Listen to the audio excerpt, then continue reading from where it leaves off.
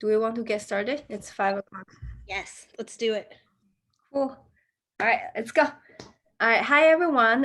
Thank you for joining Launch Accelerator 2020 in Demo Day. I'm Vera Shao. I'm one of the co-chair for the program this year. We also have our core team, our instructors, mentors, investors on the call as well. It's very exciting today. Given the situations, we actually had more people signed up for our event. Today, I can hear people are still joining, but we actually have about 150 investors registered for the event. We're going to reach about 300 on the Zoom link alone. And we also have about 250 to 280 people registered for the general audience who will be watching the demo day through the YouTube live streaming. So it's a very exciting moment for us. And thank you all for attending this and then supporting our startups and supporting Launch Accelerator. Just couple housekeeping thing before we moving on. So for those people who are on the Zoom link, please try to keep yourself muted and have your camera off if you are not presenting or pitching. So so we can reduce the disruption to the presenters throughout the process. And if you could also change your display name to have your name and also your role, that will help us distinguish who is who. And then if we have, especially helpful during Q&A and during the chat session. And also we will be doing, we actually already started video recording of the whole demo day. The purpose is for us to send all our startups their pitch so they can continue improve and be better in the future. So with that said, I think we can get started.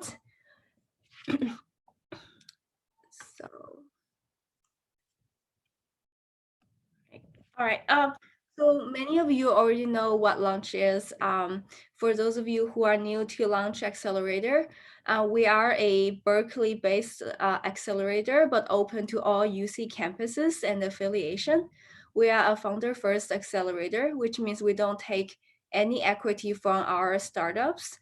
Instead, we are mainly focused on helping our founders and startups move on to the next phase. Our program runs from January to May, early May each year.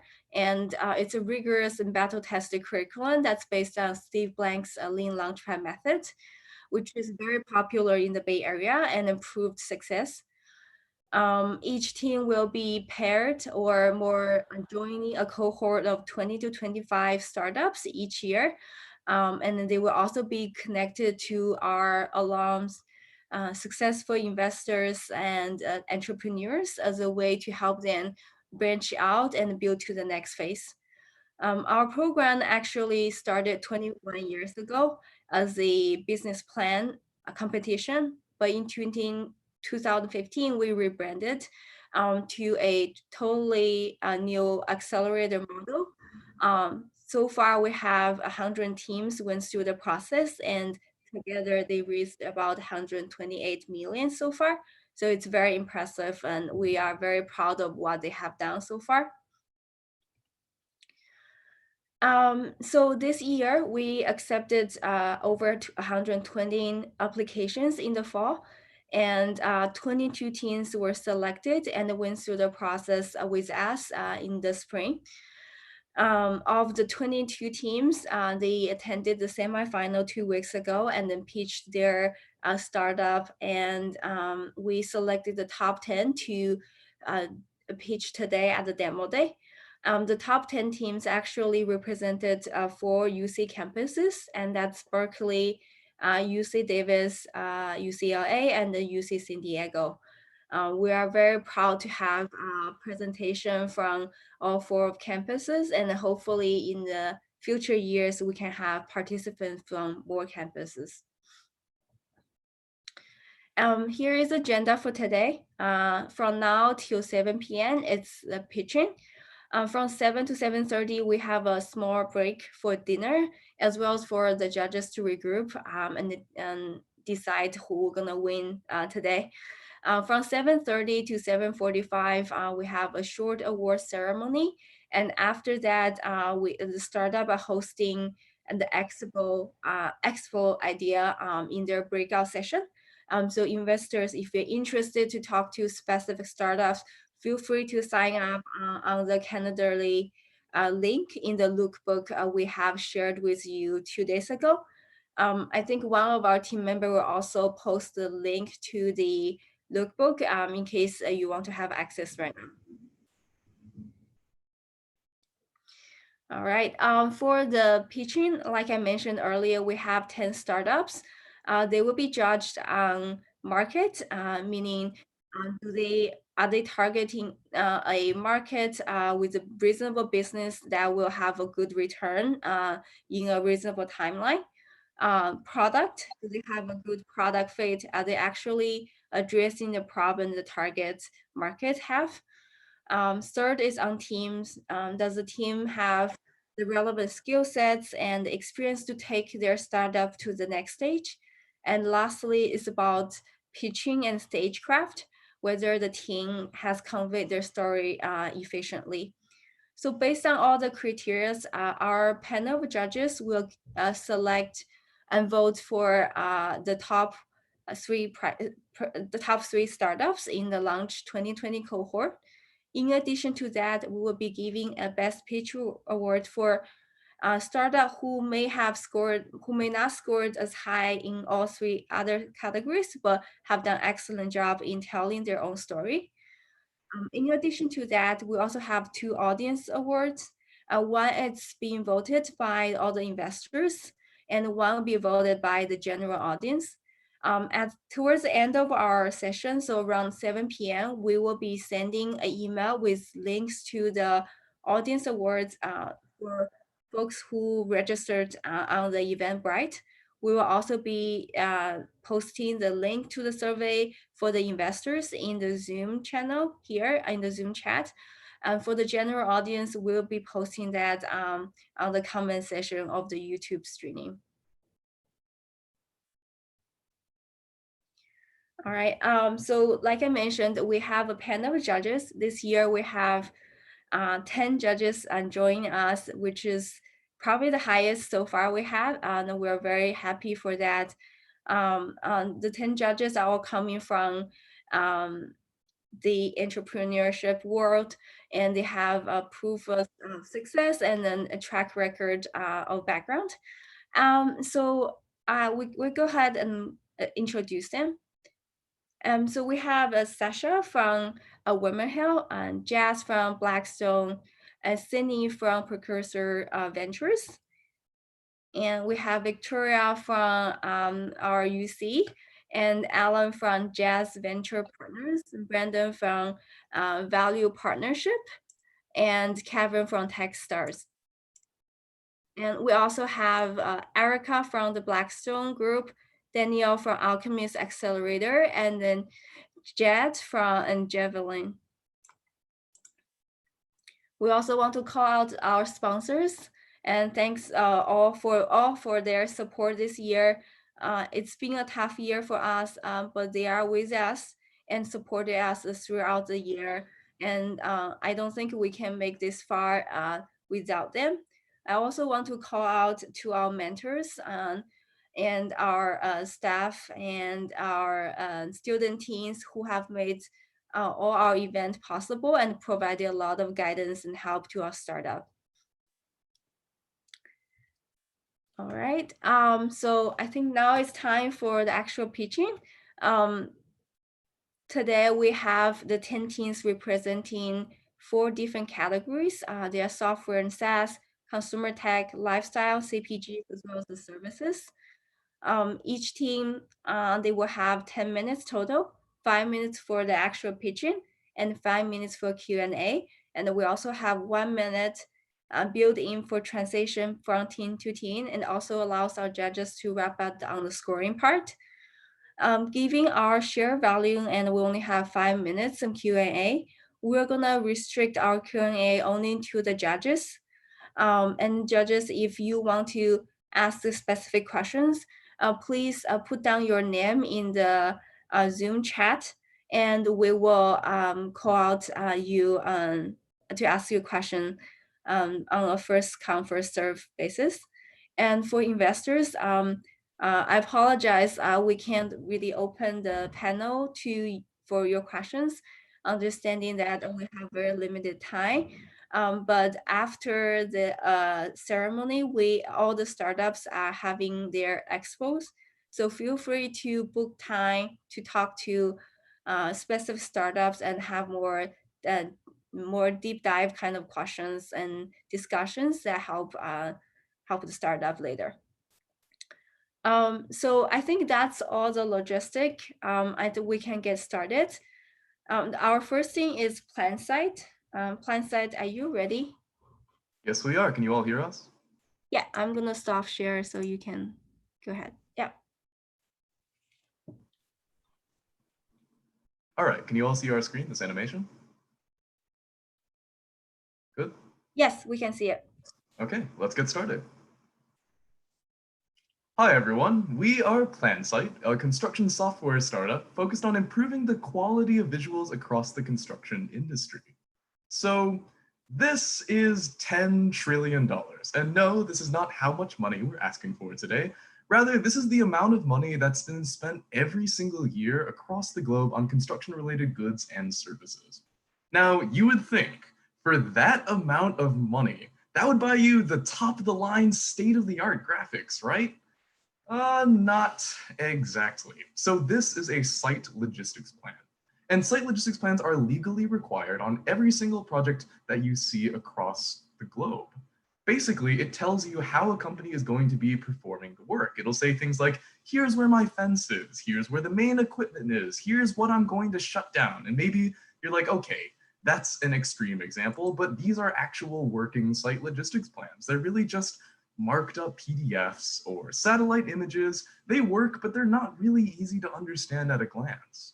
Now, you might be thinking, okay, construction visuals suck. What does that have to do with me? So let's try to put yourself in the shoes of a construction professional. Let's say that you are a city official and you're given something like this. They say, hey, I'm going to be taking down a crane and I'm going to shut down these two streets. It's going to be here and here. It looks fine, right? They've got plenty of space. We're shutting down the relevant streets. It should be good. Well, not exactly. Last year in Seattle, a crane collapse actually killed 4 people, 2 that were dismantling the crane and 2 that were on that main street. And you would look at that plan from the previous slide and you'd be like, wait a second, how is that possible? But if you were to actually see that same plan in 3 dimensions, you would see what a hazard it is, how tall that crane actually was. And in fact, it really seems much easier to understand it this way, right? Why don't all companies show it like this when you have lives at stake?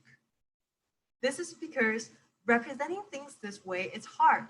Both Darren and I have been instructors for teaching engineering students how to use Revit, the leading 3D modeling software. And let me tell you, it is not easy to even get these freshmen in engineering to get it over an entire semester. Now imagine you're a construction professional trying to learn this without that technical background. Or without the time, for that matter. The simplest platform available right now is SketchUp, and you either get a result that looks like something like you see on the left, which is, you know, it's not great, it doesn't give you a good feeling, or you can spend so many man hours creating something like you see on the right, something that's presentation ready. But this is not something that most companies are actually able to do because most construction companies are small. They don't have the manpower on an average project to do this. So they'll give you that hand-drawn one in the end. That's where PlanSite comes in, which is a better way to make functional 3D site logistics plans that look good and also feel good to make. That visual earlier of the crane collapse was from an early build of our platform, which uses a Unity-based drawing and rendering pipeline to create presentation 3D graphics as easily as marking up a 2D plan. We took a lot of our inspiration from mobile games. It feels good to actually use it. And in the end, we feel like this entire final graphic is so simple, so pleasurable, and it only took 2 minutes to actually create something of this quality rather than the hours and hours of training and time working on it that it would usually take. Through launch, we spoke with some employees from some of the largest construction firms across the US and found the pain was clear. Companies find existing solutions unaffordable or hard to approach, but all of them want to improve their graphics to keep their advantages.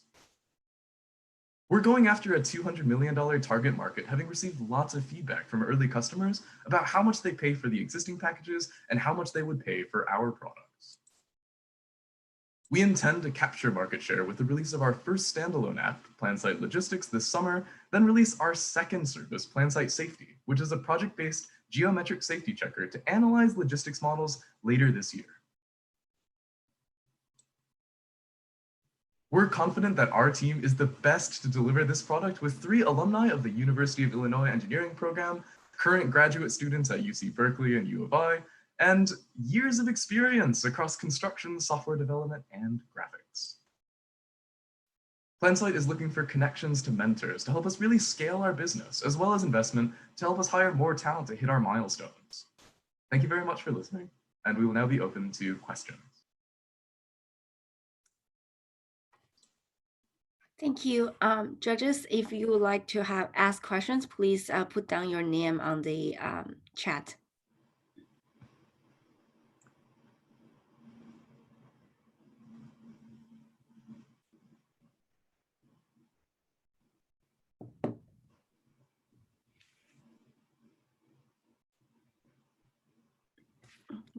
Jad, do you like to ask? Sure. Thanks for that, guys. So the knock on construction tech historically has been that it's just really slow to sell to all the groups. The sales cycle is just very long. How are you going to make this something that's easy for them to say yes to and easy to onboard and for them to get started? One thing about this package versus existing ones is that, I mean, on its face, it looks a lot better. And in general, a lot of the time what I've found in my experience working in construction has been people tend to look at what other companies are using and they always want to maintain that advantage in the end. I think the main thing that we're trying to tackle here is really just ease of use and approachability. We found a lot of companies, they're buying this software just because other companies are using it, and then just to say they have it and they don't end up using all of it.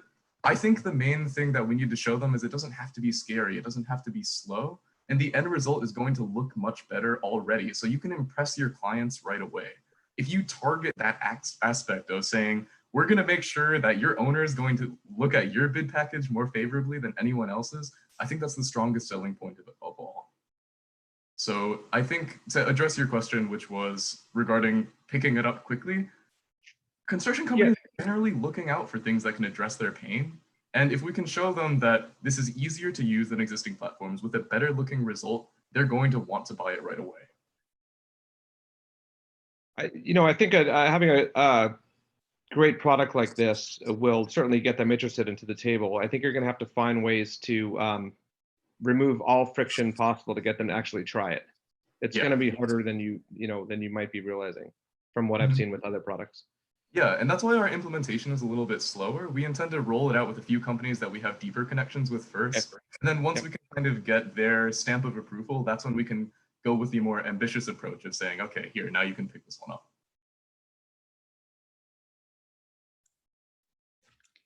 up. Erica? Yeah, I guess along the same lines, do you plan to have a customer service element to your model? Mm-hmm. Yeah, I mean, I think a lot of the things that construction professionals are worried about is they're like, oh, but what if it doesn't have this? What if it doesn't have this? So that's why we're starting this out a little bit more slowly so that we can address issues as they come up. If there are any kind of cascading issues, we can address them right away just as a small team. So we will treat it like a traditional software company where we're highly responsive to any feedback that they might have. And that's why it's important for us in order to scale upward that we also can expand our team as well.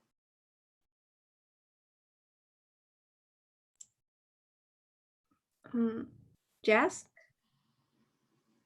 That was a really nice job, guys. So if you could go back to the slide that you had on the total size of the market, the TAM page where you had the $200 million market size, you could chat a little bit about how you came up with that in terms of the bottoms up size. It's not a very large TAM, that $200 million target market. So we'd love to talk to you about it, how you thought about that size. And then specifically the competitors within that market segment and how your product and technology is differentiated in that group.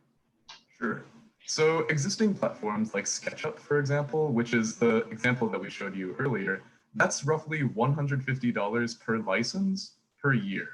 And that's about how much construction companies are paying at the low end of 3D modeling software. Similarly, 2D, you have Bluebeam, for example, which is about $100 per person per year. We were thinking that for a product like this, especially if we build in the Unity platform, it's all built in the Unity platform. A lot of companies, they're buying multiple things, like they get a Unity license and then they get SketchUp and then they try to run it through to make it look prettier. We're providing them with the value of removing that frustration. They no longer have to spend money on two separate things or a more complex, expensive platform like Fuser, for example. So we feel that $200 per license per, so we have our estimate based off of $2,000 per license per year is pretty conservative, especially because when we did our first pilot project with Mortensen, they said that easily just with the site logistics drawing tool, they would easily pay about $100 a month for that. So we're confident that while 200 million seems low in the beginning, if we can really land and expand with those early customers and grow the amount of features once we get that recognition, we can get a lot more, we can grow a lot larger later on, especially if we get in safety features, but that also takes on a lot more liability. I think our competitive advantage in this space is that, for one, we're cheaper. Already, if you look at something that can produce a very good graphic in the end, something like Fuser or Autodesk InfraWorks, they're paying something like $75,000 a year per license. So this is something that's incredibly expensive with a great result, but only large companies can afford that. When you look at a small to mid-sized company, when they are thinking about their training programs and they want to just have something that everyone in the field could potentially use, and then not only that, it reduces the load of virtual design and construction engineers who are traditionally higher paid members of the staff, this is something that can really add a lot of value to their company. So we're not looking at a features focused, we're rather looking at a simplicity and pleasantness focus, just to, kind of dress it up in the end. Okay, thank you, team. We have to move on to the next team. Next team will be Sig Insights. Hello, hello. Can everybody see and hear me? Vera? Yes. Awesome. Okay, give me a second. Let me start sharing my screen. Can you see my screen? Yep. Fantastic. All right. I don't think I need to convince anybody here that the world has changed forever. We've gone towards an increasingly remote environment, and we've started communicating more over Microsoft Teams and Slack specifically. Microsoft Teams actually grew its user base by 37% in 1 week in the middle of March. But the problem is, it's still really hard to communicate using these tools. We talked to over 200 people at the top all remote companies, including Buffer, GitLab, Zapier, you name it. And overwhelmingly, the feedback we got is that it's really hard to communicate effectively with your remote teammates. Remote team managers are spending up to 50% of their time trying to solve this problem, build and manage their relationships. And they're spending up to $20,000 per employee per year on better communication. Their current spend across the US on better communication is, in a remote setting, is $4 billion. And they're spending it on tools like personality assessments and work with me docs. But the problem with these is that you do them once and you never use them again. You write a personality assessment or you write a big doc on this is how to work with me, this is my communication style, and you never refer to it again. So what's the point? Work with me docs actually have an adoption rate of 5 to 10% within remote companies. That's why we built Kona. Kona is an AI-powered Slack bot that helps you communicate more effectively with your remote team. So if you see here, when you install Kona to Slack, it first asks you and your manager to go over a few questions about how do you like to get feedback? How do you communicate? And you kind of just click respond, answer some simple multiple choice questions, write answers in more detail if you like. But also, and more importantly, the AI analyzes the way you and your teammates interact on public Slack channels, and it's able to identify each person's communication style. For example, if I'm talking to Andrew in the engineering channel and he tags me in a message, I can see Andrew just tagged you in a message and check out his profile and his insights. So I can see how he likes to give feedback, get feedback. So for example, I can see, give me feedback over a video call or during one-on-ones. This also goes into a full-fledged profile that you can check for anybody in your team, as well as in your actual like Slack profile that you can then share and share the link with other people. We've seen in our early customers, whereas READMEs and manually written docs have an adoption rate of 5 to 10%, we have a minimum of 60% adoption, which is a 6x increase. As well as our early customers, the managers have been saying they found a 20% increase in the efficiency of their communication because they no longer have to spend that time trying to understand, how do I phrase this message or how do I give this feedback to this person? We've also made a ton of progress. We've secured 20 pilots so far with 4 paying customers, including some of the top all remote companies in the world. So Buffer, Rainforest, Redox Engine, Chef Software, you name it, we've been piloting with them. We've also seen strong organic inbound leads on the website, and actually 19% of the people that visit the website actually click the try for free button. This is all with zero marketing spend and all cold LinkedIn outreach. But it's not just customer acquisition. Our existing customers have loved it. Here's a quote from the director of engineering at Chef Software, who said, "This is going to make my job as a manager so much easier." I'm serious. People actually love this. For example, GitLab and Buffer both added Kona to their handbook and their website for Slack bots that we admire and tools that enable remote teams respectively. And we've been getting a ton of press and a ton of interest generated around our product. We plan to price it at $600 a month for the base tier and increase it based on a tiered monthly subscription, which is pretty standard for enterprise-focused Slack bots. We're starting with an introductory pricing of $50 per month. But this is just the beginning. We're starting with Slack, but eventually the plan is to slot on top of and build that layer of communication on top of whatever communication or collaboration tools you use. So whether it's Teams, Zoom, Jira, 15.5 Lattice, you name it, Kona will be there. Kona the dog will be your best friend at work to guide you on how you can effectively communicate with your remote teammates. I'm Sid, I'm the CEO. Myself and Andrew, we're both the engineers on the team. I'm leading backend engineering with my experience at Zumper. I've done enterprise product management. Andrew started a business in high school, made 50K in revenue. He's leading front-end engineering and design. We're both Kleiner Perkins engineering fellows. And Kareen actually just graduated from UCLA in 2.5 years, summa cum laude, full departmental and Latin honors as well. We have some awesome advisors. Alex has been working remotely for the past 6 years. Jorge is the CTO of a YC startup. And Darren is the head of remote at GitLab, which is the world's largest all remote company. He's actually the #1 remote work expert in the world. We're looking for $250,000 for 18 months to help build out and actually scale our product now that we've built it and worked with some early customers. And we've raised $45,000 out of this from Aero Capital and Dorm Room Fund. Also, because Andrew and I are Kleiner Perkins fellows, we actually have the opportunity to raise a further $100,000 from Kleiner Perkins as part of a larger round. We're Psych Insights, and we're helping remote teams solve the huge problem of effective communication and building relationships in a remote setting. Thanks. Thank you, Sid. Judges, if you would like to ask a question, please put down your name on the chat.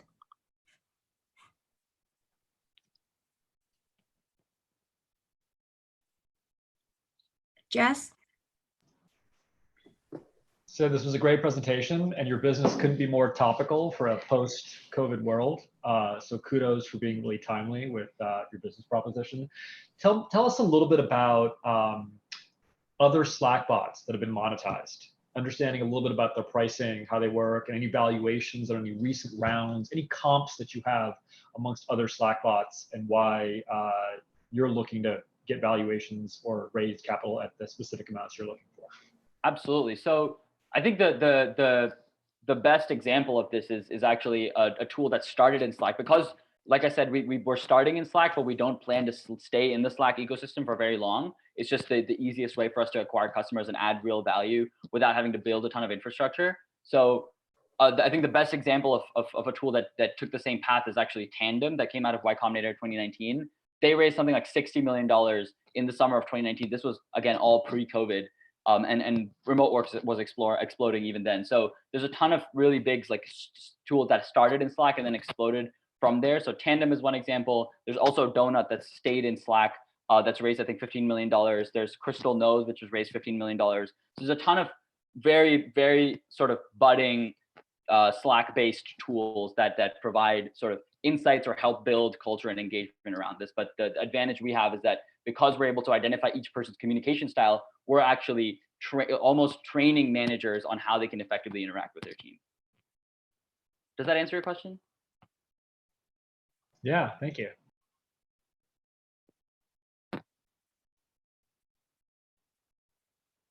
Victoria. Hey, Sid. Great presentation, by the way. And again, echoing what Jazz said earlier, you couldn't be more timely with your solution. So, and obvious that you've had some traction early on. So what is your top priority in the next 3 months? And with a new funding raise, how do you plan to deploy it? Specifically, what metrics are you watching closely? Absolutely. Andrew, do you want to talk about the engagement with the product? Yeah, for sure. So right now we have pretty solid engagement. We have 71 weekly active users, 250 total on the platform. I think right now the #1 priority is to really slot into people's workflows. It's to kind of understand the triggers that they use within Slack and to really slot into that workflow to deliver insights and to deliver manager coaching in the best way possible. And we know the reason this is such a high priority is because we know that this is a daily problem that they face. And we eventually want to build the product to be able to match that as well. And to add on to that, to answer your second question about how would the funding help us, I think the key hires we need to make are around, like, Andrew has amazing visual design experience and both of us are good at front end and back end engineering respectively. Kareem's great at marketing, but what we think we're lacking right now is the experience design and slotting into like the actual thing of slotting into workflow and identifying this is how the features that we build around it, because we have a huge feature backlog and a roadmap that we just need help prioritizing. And I think that's the one place where we'll make a key hire. We actually brought on a new advisor today that's really going to help us with the experience design bit, but having a core team member will be really helpful for that. Great, thanks. Next question is from Jet. Hi, thanks. I just want to better understand something about the networking effect or potential network effect. Can you collect data from Slack and then use the profile you're building on that person across other platforms? Or can you only use it on Slack? 100%. So we don't actually store any messages, but we store the insights that we generate from the messages. So we have this information about how people are using Slack and communicating in a virtual environment and map that to who they are and what their personality is along something called the 5-factor model. And so that is the unique sort of data that we have. And we already have like 450 to 500 people on the platform currently. Once we start hitting like 1,000, we can actually start generating our own insights and just literally crank out research and new insights about how people are interacting in a virtual environment and what drives that interaction. So being able to apply that to email, LinkedIn, whatever other tools you're using to communicate is the grand vision. I think the degree to which you can prove that works on other platforms sooner will make people look at you more as a big company opportunity and not a feature of Slack. That's really good feedback. Last question from Kevin. Hey, so I kind of have a two-part question, right? So my first question is, how do you see yourselves differentiating in a already very crowded market, right? Yes, it's very timely, and as we've seen, many companies have come into the purview for remote work over the last 3 or 4 months. And Tandem, honestly, is an outlier of that. This is my second part of that question is, it actually sounds like the greater goal is for you to transition into kind of like HR tech kind of solution, right? You mentioned the 5-factor model, right? Is your team set up for that, right? Are you the best people to be thinking about how you manage internal talent and that sort of stuff, right? I'd love to hear more on those topics. Yeah, absolutely. So Andrew, do you want to talk a little bit about the defensibility of the tech? Yeah, for sure. I mean, regarding defensibility, I think a lot of it comes from data, in the sense that, like, as Sid has kind of mentioned before, we have, a lot of other companies have built up these, these analytics platforms. For example, I think a company called Compass has created like network graphs within Slack, but there's not many companies that can take that data and actually make it actionable, in the sense that, like, we have the advantage in that we can take this data that we have on people's personalities, we can cross-reference that with like data on how they're using Slack in general and everything like that. And we can say, for example, maybe people that are higher in this specific trait uses Slack like in this different way. So there's just a new level of actionability there. Sid? Yeah, and so to add on to that, so that's on the actual like IP and tech portion. The second thing is what I don't think anybody else gets, and what the niche that we've kind of been started to dominate over the past couple of months is the piece about empathy and better relationships and building culture in a remote environment. And actually, like, we've been speaking at a ton of these conferences because of the work that we've done. We've been invited to speak and be the sort of experts, if you will. I know we're 19, 20 years old, but this space is so new that we've kind of become the people that have been dominating the remote work empathy section. And that's where I think that's the niche we want to establish, where all these other tools are trying to give you data and make things faster and better. And we want to sort of improve the culture and communication, increase the psychological safety of remote teams, because that's what in the end drives retention and productivity in a remote setting. And to answer your third question about why are we the right people to do this? Well, I've actually had a startup fail because of failed remote communication in the past.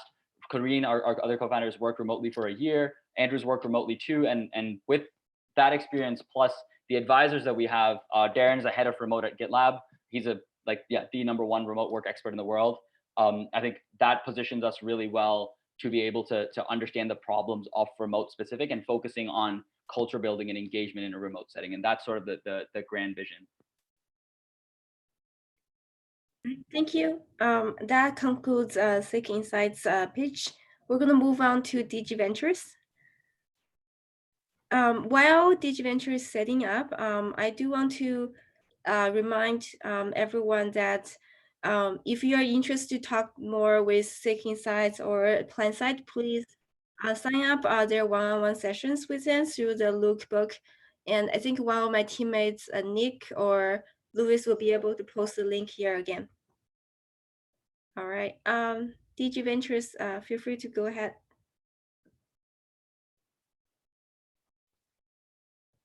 Awesome, thank you. Well, evening everyone, and I'm going to tell you now how in DigiVentures we're disrupting fintech customer acquisition in Latin. So we are democratizing access to financial services in Latin by bridging underbanked consumers and financial institutions, thus consolidating a fragmented market. 60% of Latin American population has limited access to financial services. Why is this happening? On one side, consumers, they just simply lack financial education. And there's not such a thing as a standardized credit score. In fact, people believe in Latin America that when they are rejected from a bank, it's because they're in a blacklist. They do not get the concept of a credit score. And on the other side, financial institutions, they only have this old legacy technology, and they cannot deliver simple digital solutions. And again, and on top of that, they're actually facing a really high customer acquisition cost. So this ends up in a market that is completely fragmented and is full of distrust on both sides. But how big is this opportunity? Latin American financial institutions spend around $20 billion a year in customer acquisition. This calculation comes from 150 million financial contracts that are being signed a year, and at an average customer acquisition cost of $150. So how are we going to solve this? By simply providing education to users and helping financial institutions to grow. How? With a free financial education portal that does financial health follow-up and offers consumers low-cost digital services, and a SaaS platform for the financial institutions, providing them with qualified leads, the technology to automate the KYC process, and omni-channel retargeting. So how this solution actually is in real life? This one-stop shop platform that bridges both sides creates a true end-to-end ecosystem. So an average user is going to come to our platform, get free financial education, using some self-declared information as well as public available information. We are going to create a credit profile for that user. We're going to understand to which cluster that user actually belongs to, and we're going to offer them relevant offers that actually are going to maximize their availability to finally acquire that financial service. If this user actually clicks in one of those offers that we are offering them, it goes to our onboarding platform that completely digitalizes the process of KYC, of e-signature, so thus converting that lead into a real financial service contract that is being signed. But after that, we finish this loop by following up on that user, understanding how their experience was, and keep on communicating them and informing them how they are doing on their financial health and how they can even improve it. So what have we done up to now? For the past 6 months, we have been growing at 30% in daily users, reaching now 4,300 daily users, getting a 70% conversion rate and a 30% user recurrence. And on the other side, with financial institutions, the ones that are really paying for the party, we have 32 financial institutions that are paying for our platform. We have 30,000 monthly recurrent revenues only on our SaaS platform. Thus, we are profitable. And for us, every single lead that we acquire, we do it at a $10. That means a financial service contract that is being signed, and we estimate a $50 lifetime value for that user that was being acquired. So who else is in the market? Basically, no one is doing this complete loop. What we see is we see a lot of blogs bringing financial education, but that's not enough. We see a lot of competitors that do comparison sites, but they just are missing the onboarding plan, the onboarding part, and actually closing that loop. That information that we collect, that data, and the traceability of that data, the completed loop, it's actually our secret sauce. So why are we the right team to execute this? Both Hernan, Nahuel, and me, we combine more than 25 years working in the industry, either with McKinsey working with large financial institutions, or either at Mercado Libre or Mercado Pago, actually where we met, building and launching products all around the world.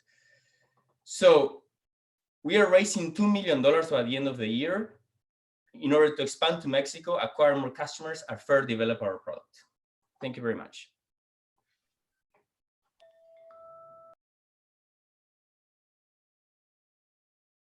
All right, thank you.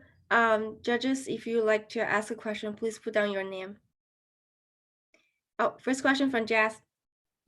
How are you acquiring your customers? What kind of either SEO or other sort of tools are you utilizing to acquire your customers? And how is that going to be scalable for you as you grow and hope to achieve your plans? Excellent question. If we see a typical customer journey, what we provide the customers is the financial education. Basically, people come to our portal and we leverage our customer acquisition strategy using relevant content information. That is the only way for this to be scalable. If not, CAC is going to eventually kill you. So what we do is as I said before, we create a credit profile for those persons, and we follow up on them, telling them how to improve their financial health.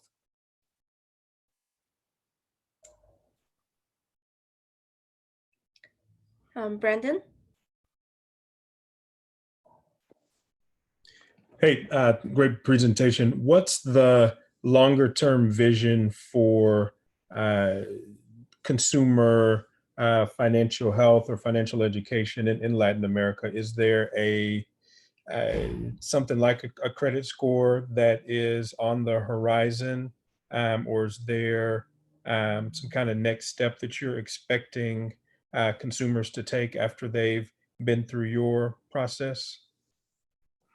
So I think that the first thing that is super important to understand in this is that the concept of having a credit score in the US is super common, is super intuitive to people here. But as I said before, in Latin America, they have no idea what a credit score is.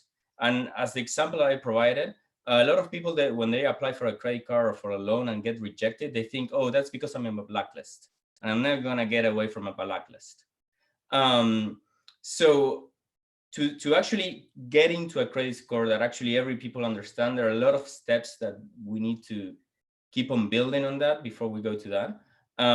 In the short run, what we're trying to do is communicate in a transparent way to the user this idea of a credit profile. And yeah, in the long term, yeah, be transparent regarding the credit score.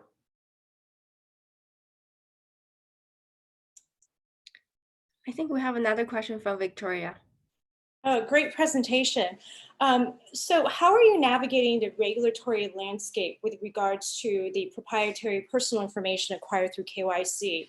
Are you allowed to store it? Are you allowed to sell it? And they're different at each international markets, right? Yep.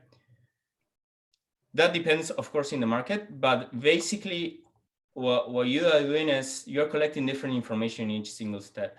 And what is the tightest regulation actually becomes when that user becomes a client in a bank, and mostly it's about personal information regarding to financial things and those kind of things. The self-declared information that we get here is not necessarily related to income, but actually to preferences and the things that customers actually looking for. And then we're using public available information, like information from central bank of each country that actually every single user has. The central bank in every single country, they know how much every single user owes to the financial markets as a whole. And also you can get information like from public pension funds, because most pension funds in Latin America are public and from the state. And the information that we collect here, this onboarding platform is a wide level platform, and the information that we collect here goes and is stored in the bank, and that's a different thing. That's a different story.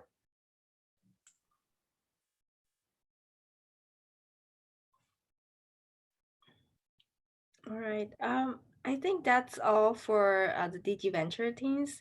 Thank you for your presentation. We're gonna move on to the Mirabelle team.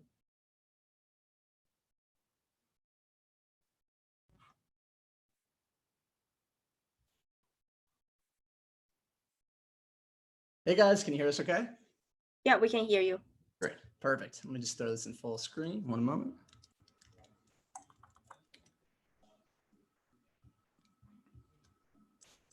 Cool. All right, hey guys, my name is Randall Shapiro. I'm Riley Kuffner. And we're excited today to tell you about our company, Mirabelle.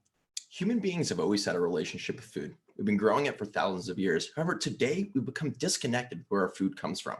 As a result, our system is broken. The core issue here is that food is grown really far away. Farmers are using harmful chemicals for preservation. There's massive amounts of waste, and the whole system is simply unsustainable. Yeah, these problems manifest in real ways in our society. Today, 41 million Americans suffer from food insecurity. That's 12% of our entire population. Additionally, in the US, we're still one of the most unhealthy countries in the entire world. Plus, we're harming our environment. 1/3 of all human-caused greenhouse gas emissions come from our food system, but it doesn't need to be this way. Remember, this is all because food is grown really far away. But what if instead it just grew everywhere in our everyday environment? We'd like to present to you the Simple Garden.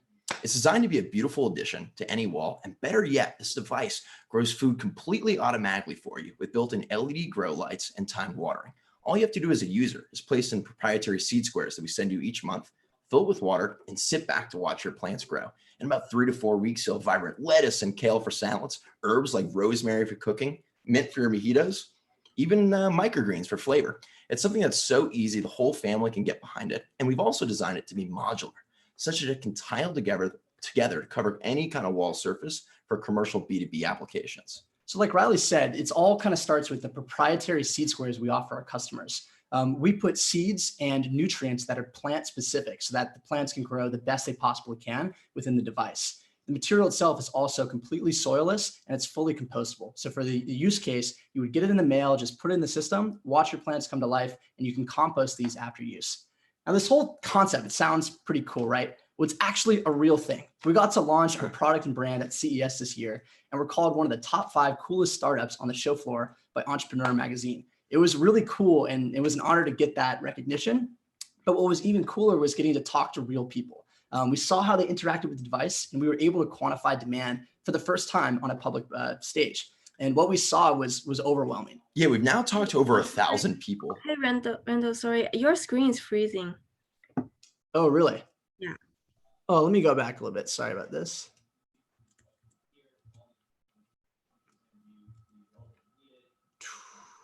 Are you able to see it now?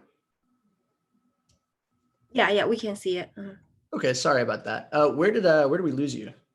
We were on the cover for a while. Oh my gosh. Okay. I mean, would you like us to restart? What would you like us to do? Why not just restart? Yeah. Okay. All right. Sounds good. You're gonna get the same spiel twice. So nice. We do it twice. All right. Let me try to make this full screen. If it doesn't work, then it doesn't work. No, it looks like, yeah, it's pausing. Is it the full screen? Yeah, I think so. I'll just keep it like this. Hopefully you guys can see.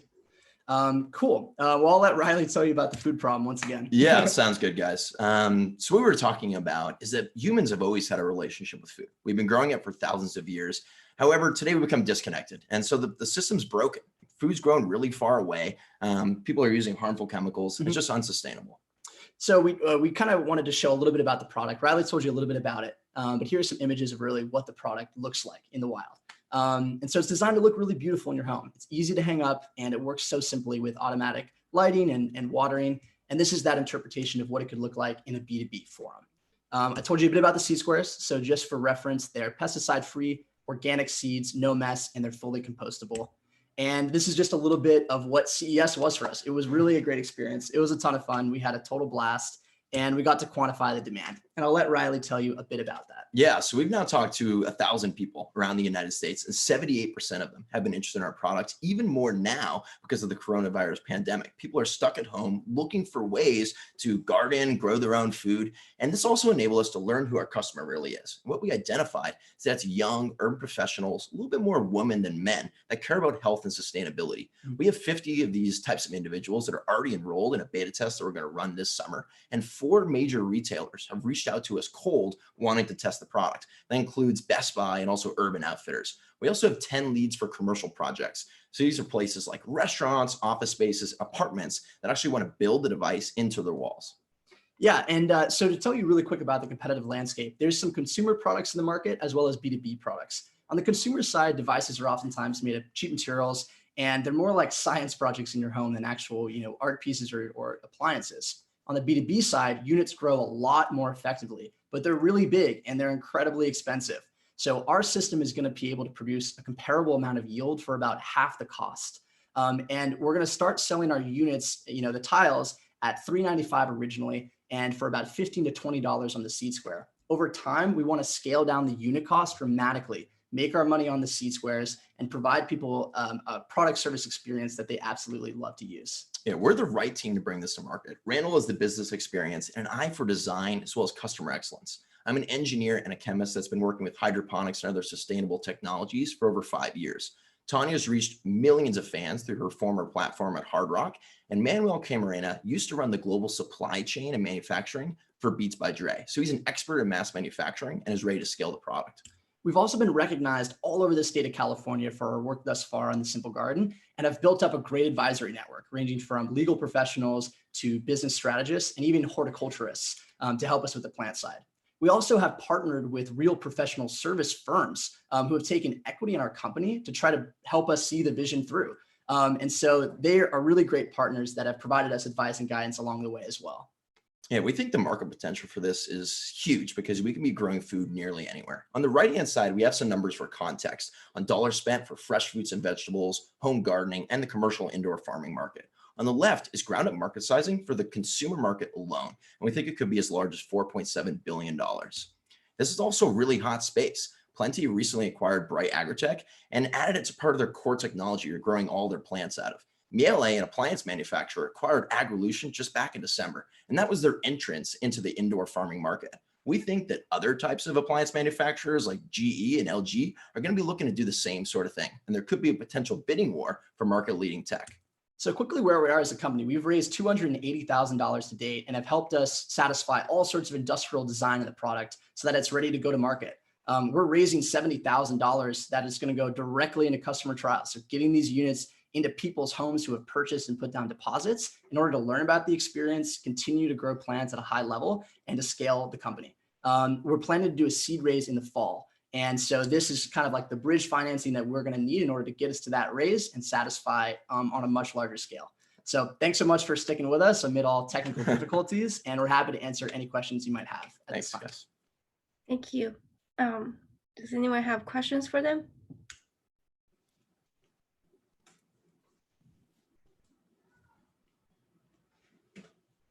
Brandon? Yeah, great rolling with the punches there with the presentation, guys. Curious to know, you're going into this trial over the summer. What are the metrics that you're going to be looking at to measure success for the trial as you go into getting into the market in the fall? Yeah, so we've done, some testing about, we do a ton of plant testing actually right here in this apartment. We've got an extra room that we have, I think we have 300 plants or something, or yeah, 320 now. 320 that we grow, we collect data on. So the main thing that we're looking to see from these results and these tests is how the plants are doing in unpredictable environments in anybody's homes. And so that's the main thing that we're really looking for. And there's all sorts of data points that we look at, whether it be the plant health based on leaf coloration or size, the rate of growth, all sorts of things like that. Also the customer touch points with the device itself, any kind of user interface we're studying in intently on. We've already crafted like a beta test program with questions we're going to ask. And finally, net promoter score, which is something that we really want to understand, because we want to build in a referral model to our business such that, if you have this up on your wall and a friend comes over and thinks it's super cool, you can say, hey, you can go buy one of these and, tell them that I referred you, and they'll get a discount, and this individual that referred them gets free seed squares. And so that net promoter score is going to be a great indicator as to the efficacy of that. Yeah, we've actually seen a lot of people request that, especially in the last couple of weeks. Like we launched our new website in the last couple of weeks, Mirabelle.com, if you want to go take a look. And people have been really reaching out like, when can I get one of these things? Because they're going crazy in their homes. The grocery stores are a mess. And so we're trying to get these out into people's hands as soon as possible. I think Daniel has a question. What's the value you're providing to the enterprise? Sure, yeah. So these systems itself can produce about a pound roughly of produce per month. And so the array that you see right here is a comparable yield quantity to a farm shelf, for example, which retails at $7,500. So this array, while it looks beautiful in any sort of enterprise environment, can produce a substantial amount of food. And this is for people to eat and enjoy, understand the transparency, the benefits of growing your own food rather than having it sourced from major distributors. We believe at the core that the future of agriculture is a decentralized model, is one where it's not grown in one place, it's grown in everyone's environment. We're choosing I understand that, but that sounds more like a consumer benefit versus an enterprise benefit. Most of them have catered lunches coming into the office, and they're not cooking for their employees unless they're Google. So maybe the better question is, what type of enterprise are you thinking of selling into? Yeah. So for example, Microsoft has already put units similar to this in some of their offices. So there are some companies interested in that. However, this also plays really well in restaurants. We have 4 restaurants right now that have expressed interest in putting it inside. And especially after the coronavirus is over, we think that restaurants are going to start looking at ways to differentiate and really create that experience to be more intimate. So that it's straight wall to table. Yeah. The other value prop I would say is like, this could theoretically replace any other sort of green wall. So any sort of, biophilic design, bringing nature into an environment to help plants make people feel better. This is an alternative that actually has utility as opposed to just looking nice like some ivy on the wall. So that's part of the logic as well. All right. We actually only have time for one more question, but I see a couple more people. I guess we'll take Jess. Would you like to ask? I'll be quick. I'm loving the wall to table phrasing there, so that's wonderful. But what's the top SKU? I'm just trying to understand, like, what's the product that you've seen that has the most success and consumer enthusiasm, whether it's herbs like basil, et cetera, or actual produce. I'd just be curious to know. Yeah, so we're finding that people are really interested in different herbs, so like basil, those supplementary things. Lettuces, so like produce that can be consumed in higher quantities to provide more nutrition, is certainly second to herbs. And the thing that we think customers don't really understand the utility of quite yet, but is going to be a huge hit, is microgreens. You can grow a substantial amount of microgreens in these systems, and they taste amazing. They're super fresh, and they're very, very nutritious. So I think what we plan to do is actually put a plant pad of microgreens in everybody's unit to start. So even if they don't know about microgreens, they can try it out basically on the house and see the benefits that you can get from growing microgreens, because they're really, really great. And we think our customers are going to love them.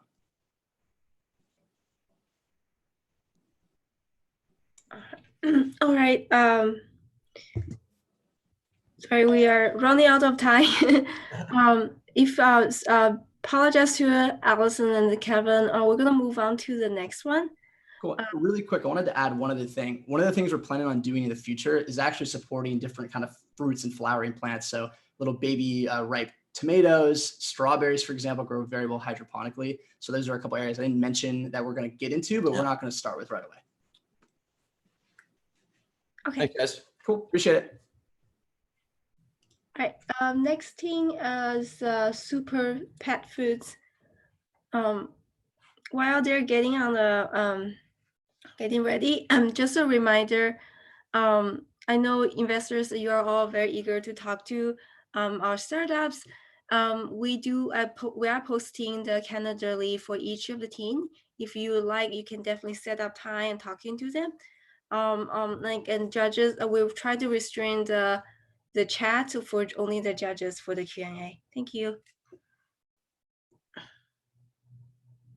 All right, Super Pet Food, you can go ahead.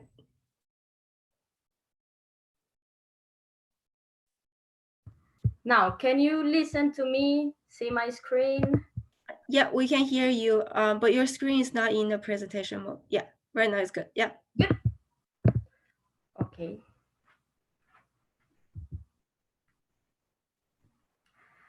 At Super Pet Foods, we believe that saving the world was never so nutritious. Let me introduce you to the black soldier fly. The larvae of this insect is one of nature's greatest sources of protein, as it offers complete nutrition, having higher protein, fiber, iron, and calcium levels than beef, chicken, or fish. It is extremely efficient to produce. In 1 acre of land, it produces 2,500 times more protein than beef by only requiring 4% of the water. It is hypoallergenic, and the coolest thing of all, it feeds on organic waste, contributing to a circular economy. What does this have to do with pets? We conducted more than 400 interviews and surveys to pet owners, and we found out that millennials are the largest pet owner segment. 75% of them have a pet, and they really care for their pets. In fact, clean nutrition is their utmost priority and need. However, the most interesting insight is that 84% of them would pay more if only their pet food was sustainable. How much? 19%. However, the industry is not addressing this need. Only 21% of dog food formulas in the US are healthy. They have meat meals, fillers, additives, and natural flavors. And major players are coming up with solutions that rely on formulations that are very high in protein and very rich in meat, but traditional meat. We believe that the industry is not connecting the dots and that there's an unserved demand for sustainable pet food. At Super Pet Foods, we produce insect-based dehydrated pet food that offers a complete diet, the opportunity to make part of a circular economy at prices that are below our direct competitors. Why dehydrated? Kibble is the predominant form of food. Dehydrated is also dry, offering the same convenience while being more nutritious and tasty. You just need to add water, stir, and serve. Nutrition is on us, and love is on you. We believe that the timing is right for our product. 70% of people would consider feeding their pets insects. In the last month, 74 people signed up for a free sample. This positive attitude is in part because pet food mirrors trends in human food, an industry that is seeing a surge in offers around alternative and sustainable protein. But the most important thing, what do dogs think about us? See it for yourself, they love it. That's our latest MVP trial. The opportunity for our market is very big because the US pet food market is not only large, but growing. It grew at annual rates of 8.5% in the last years, and it has a size of 32 billion. When you take the environmentally friendly pet owners, this is an addressable market of 13 billions. And when you narrow it down to the environmentally friendly high-income millennials, it's an obtainable market of $700 million in the US alone. We know that the industry is full of competitors. Just to be clear, we are competing in the segment of high quality protein pet food, and we are leveraging the fact that these new trends that have emerged, that have given spaces to new types as dehydrated and raw, and new alternative proteins like insects and vegans. We compete alone in this category, and we will position ourselves as the alternative to kibbles. Our business model is set up to maintain a cost advantage. We're going to do the formulation in the US. In fact, this already happened. We hired a certified bird pet nutritionist, and we work very closely with them. We will source and manufacture in Colombia through a co-packer to leverage lower production costs and the free trade agreement between these two countries. And we will distribute our product in our own website and through specialty pet food stores, starting in the Bay Area. Our next milestone is to achieve 100 recurrent customers and make 44,000 in revenues. For that, we are making an ask of $35,000. And I want to tell you more about the driving force behind this idea. We are a truly diverse team of UC Berkeley female graduate students with a passion for animals and the environment. I come from a family that own a food manufacturing company for more than 20 years. We produce the fly in one of our farms. I'm a Berkeley Haas MBA student. Gina Myers, she's an achiever. She is about to finish her master's in bioengineer, and she's a classically trained chef. Dogs are very lucky to have a chef from the Culinary Institute of America cooking for them. And Thais Esteves, she's extremely smart. She was in BCG for more than 5 years. She's a fellow Hasi and she focused on finance and strategy. We have a trusted team of advisors. Cora is Gina's German Shepherd, very picky dog in charge of quality assurance. Judy Hoppelin, our marketing professors, assisting us with brand strategy. John Mathesen, a serial entrepreneur in the CPG industry with a focus on sustainable products. So I hope you can join me unleashing a product that proves that loving pets on the planet isn't mutually exclusive. Thank you. Thank you, Mark. Does any judge have any questions for them? One from Alan. Hey, nice job. I was curious about how you would characterize the long-term data around the safety of this type of food for your pets. Gina can take that question. Yeah, I'll take that question. That has to do with the regulatory and also the research around this insect. And luckily, there's about 3 decades of scientific research backing the safety of this insect for feed in chicken and salmonoid diets. It's also currently under review for certification for pets, and that actually requires a lot of data. So we feel very confident that this is a safe insect to feed for long term as a complete diet for pets.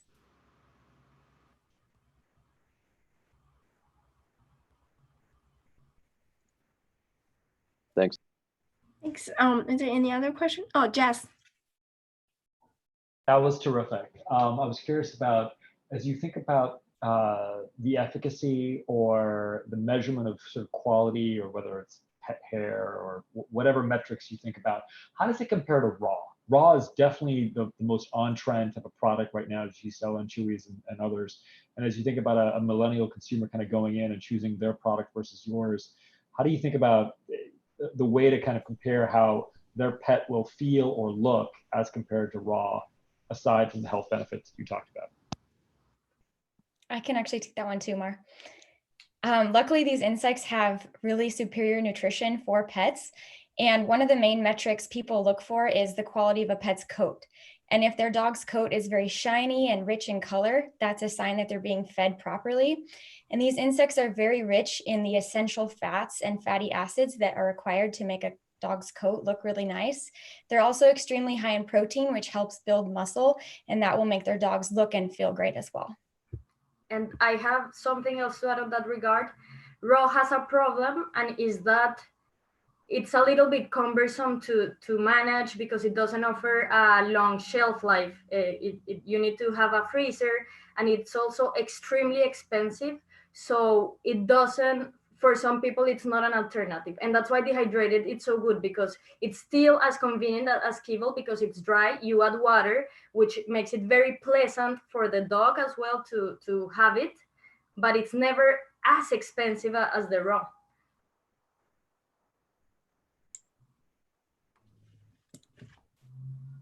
Thank you. Any other questions for the team?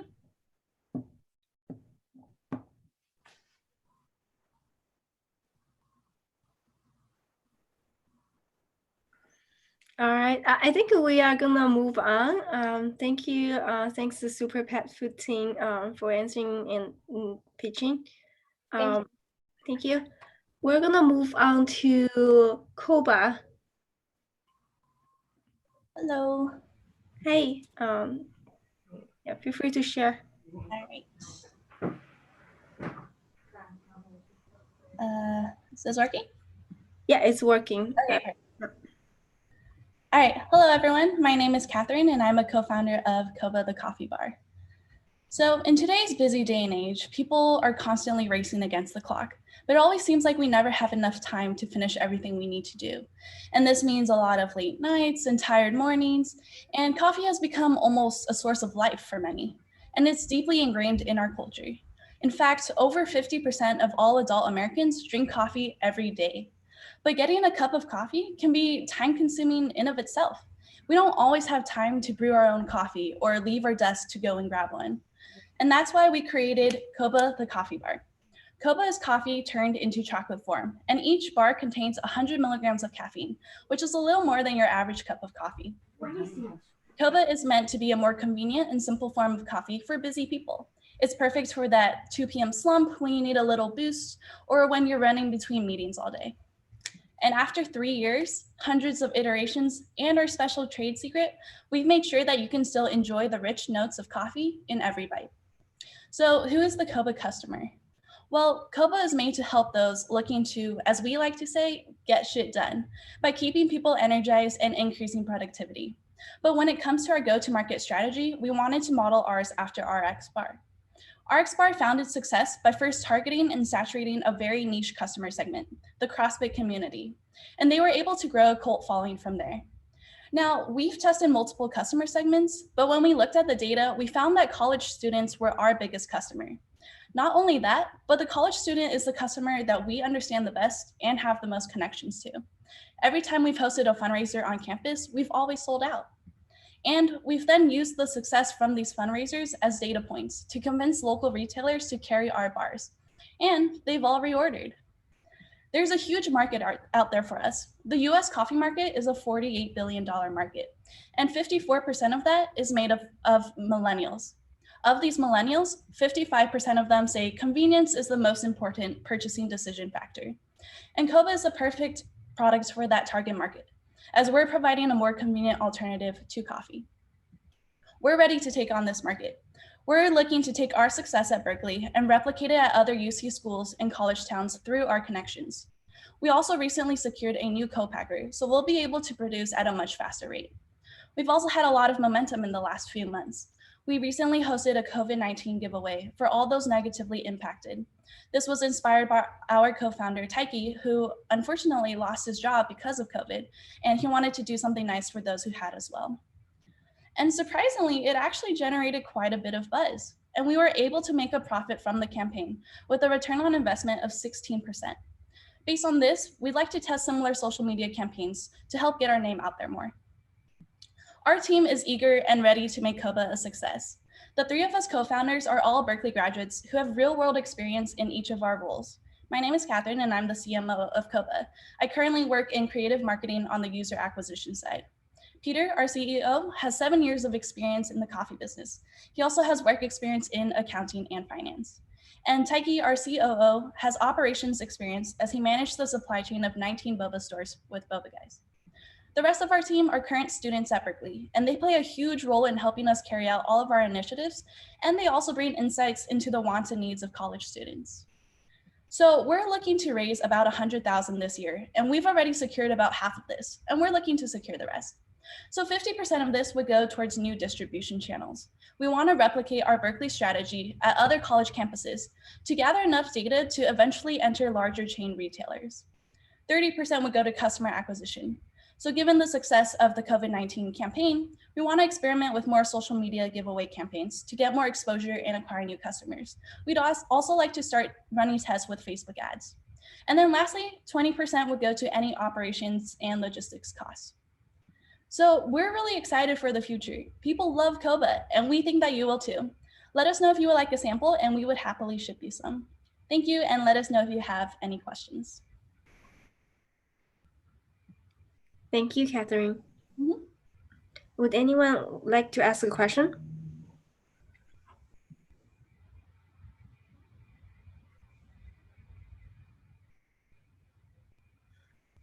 Jed? Hi, I think that's a really cool idea, and you guys have done a great job with the packaging and getting this thing started.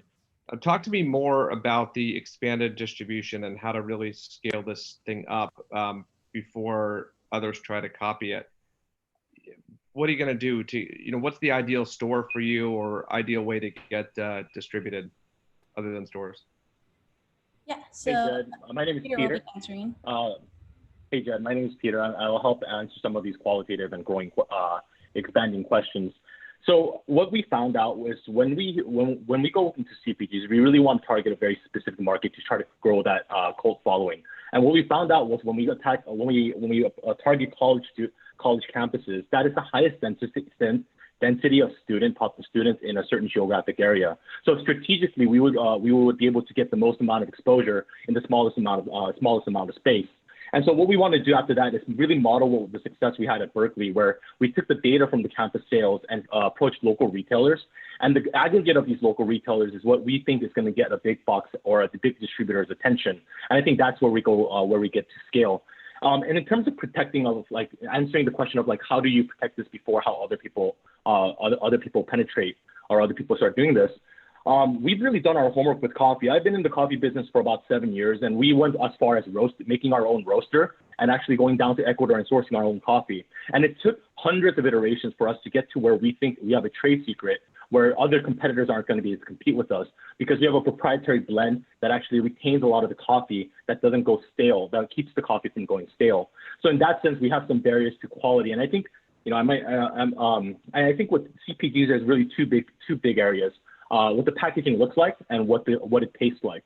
So in terms of what it tastes like, I think we've secured that with the number of sales we've had and the growth we've had and the reorders we've had. But in terms of in terms of packaging wise and being competitive with everyone else, I think we wanted to make one of our mentors is the CEO of Ocean Candy, and he always told us that packaging is always growing and changing. So that's what we've changed our packaging and to adapt to our audience. That might have been an overkill to that question, but I wanted to address all the points that it could have brought up.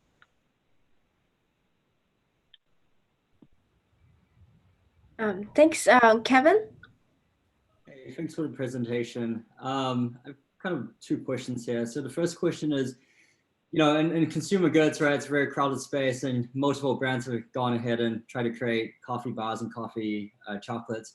What's the ideal customer profile, right? When you think about it, as you build a brand around this, right, what does that person look like and how do you go about targeting more of those people and get them to pay, right?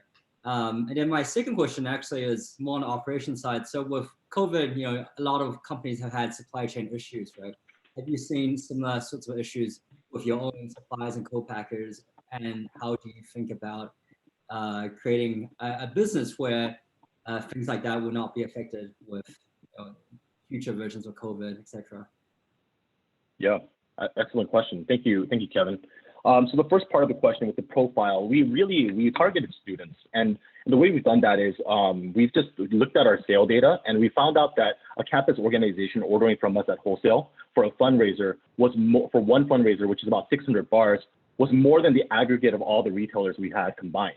So in terms of distribution and getting it out there to the students, we've leveraged a lot of campuses that are trying to do fundraisers where they buy from us wholesale and they sell retail.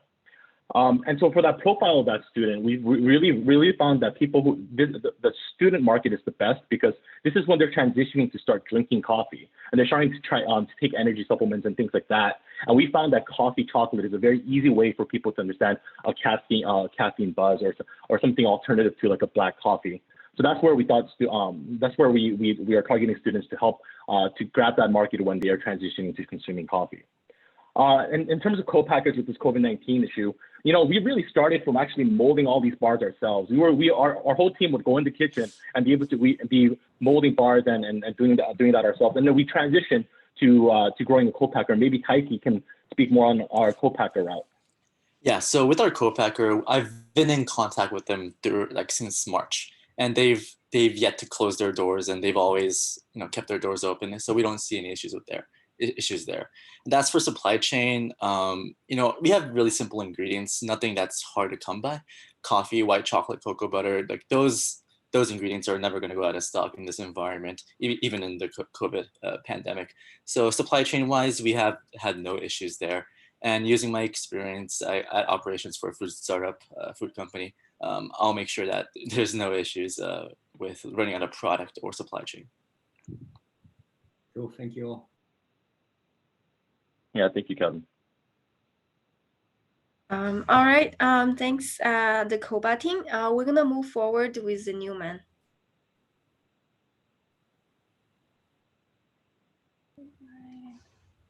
All right, I'm gonna share my screen. Is everybody see us? Still showing? No, I think Catherine, you have to stop sharing. Oh, there we go. Sorry, couldn't find the button. Awesome. Share my screen. Can everybody see my screen? Yes, we can. Perfect. I'm gonna go present mode. Fantastic. Okay. Make sure this changes. Awesome. Hi, everybody. I'm John Malazanis, and we're Numan. We help the average rugged man look, feel, and smell amazing. First, I'd love if you met my Uncle Tim.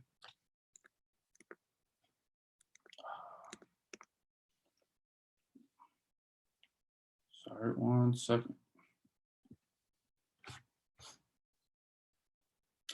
I'd love if you met my Uncle Tim.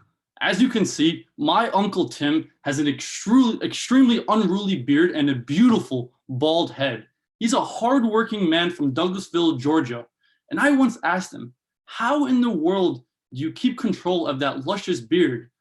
He then said to me, John, you do not understand. Your aunt drives me crazy about this. I have been growing this thing for 20 years, and I have still not found a product nor a brand that has taken care of me. I thought this was really, really interesting. And then I asked him, Uncle Tim, what about all the current solutions on the market? What about Harry's, Dollar Shave Club, Beard Brand, Gillette, etc.? He goes, John, you do not understand. They do not solve my problem. They only look at the clean-shaven man or the hipster bearded fellow. I'm not from Brooklyn. I'm not from San Francisco. I'm from Douglasville, Georgia, and these companies do not solve my problems. This was interesting. Are people like my Uncle Tim underserved? I thought this was extremely interesting, so I started doing some research. And I found that actually 27% of men, only 20% of men actually felt that their beauty subscription service was tailored to their needs. I found that Uncle Tim might not actually be alone. So what did I start doing? I started talking to hundreds and thousands of men similar to my Uncle Tim, and here are some of them. I found that there's a massive gap in the men's grooming need. There is a huge gap of average men with niche problems, just like my Uncle Tim, who do not have products and brands to help them solve their problem. There are tons of men, just like my Uncle Tim, who are being underserved. This is a huge set of people and a massive problem. We found that there's a huge problem, but there's most definitely a solution. Numan is the solution, and here's the validation. We have validated this very quickly. In the last semifinal launch pitch day, we had 2,600 people in a closed Facebook group, but in only 12 days later, today, we have over 3,000 people in this group. We have grown our email list over 22,000 people, and we are growing social accounts as well. We even have 2,100 followers on our TikTok account. In addition, this is actually what we're selling to them. We are selling the first full suite of niche men's grooming products and tools and cosmetics to solve their needs. As you can see, we have our beard straightener, our back shaver, our skull shaver, and our cosmetic kits. In addition to these products, we are not only selling these products, but we are selling a community. We are selling the opportunity for these men to join something bigger in which they'll be able to experience something with men similar to them. These men all off social media really like what we're doing and look at these sales tractions to show how much they really liked us. In fact, our sales are growing exponentially. In the last 12 days alone, we have acquired over 1,400 customers and have done over $24,000 in revenue. We have really good profit margins and are growing every single day. This is a great time to be building a community and selling to people just like my Uncle Tim. These people are on social media now, shopping online like never before. These are the people in the country that were late to the social media game, and this is our opportunity to sell to them. These people are super easy to reach and cheaply as well. This is our go-to-market strategy. We want to double down on the niche beard care market. We see it as a great place to build community and to develop a loyal customer base in which we can surprise and delight them and encourage them to repurchase. Then we can easily move into the general men's grooming niche and other niches like scalp care, back care, and other men's niches as well. This is our business model. We first acquire our customer with tools that actually solve their unique problems, like our back shaver, our skull shaver, and our beard straightener. Then we bring value to them. We help them with our robust customer experience system that we have built to make our customers feel that they're part of something bigger and that they're part of a community. Lastly, we are able to cross-sell them to a variety of subscription products that have a longer lifetime value to them, like beard oil, like handcrafted soap, and like body wash. We are looking towards the future. Companies in this space are getting sold extremely well, and our investments are materializing extremely quickly. Over the last 2 years, Procter & Gamble and Unilever have done over 21 acquisitions in this space. We all know Dollar Shave Club. They sold for $1 billion. Look at Native, for example. They raised such a small amount of money, and only 2.5 years were able to sell for $100 million. This makes a fantastic return for their investors in only an extremely short amount of time. We have an experienced team that is ready to tackle this problem. As you can see, our head of product, Joe, has extreme experience in e-commerce as well as Amazon FBA. Jake Lorenko has an immense experience in growth hacking, content marketing, and website design. Connor Smith as well has a bunch of e-commerce experience as well, has worked in VC as well. Myself, I'm a past launch alumni as well as part of the second funded cohort at Skydeck. We are a team of growth hacker mindset individuals who are ready to tackle this problem, and we have built a solution for it.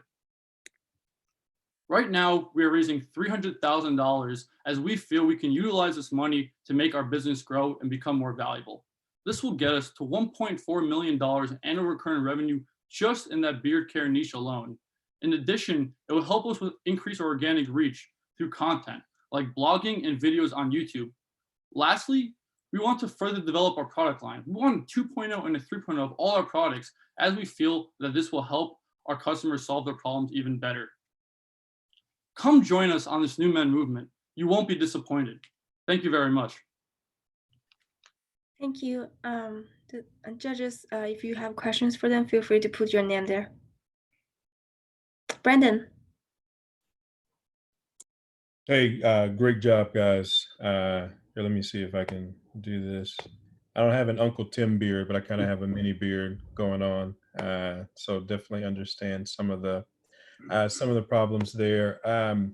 Wondering who created the products from your team, and is there any IP here or anything that makes these products defensible given the amount of competition that's in the market? Thank you for that question, Brandon. So we have very close relationships with all of our manufacturers, and we're currently working on and continually working on updates to our models of these beard combs and the variety of other products that we're selling. So while we don't have any intellectual property, quote unquote, we do have a unique product that we are selling to our customers. And on top of that too, we're really close to this community. So we speak to them every single day. So we've had pinpointed a lot of their problems. So we're taking a lot of the products and iterating them to actually solve these pain points that other companies are not doing. So that really is good that we have that Facebook group and a really close connection with these customers.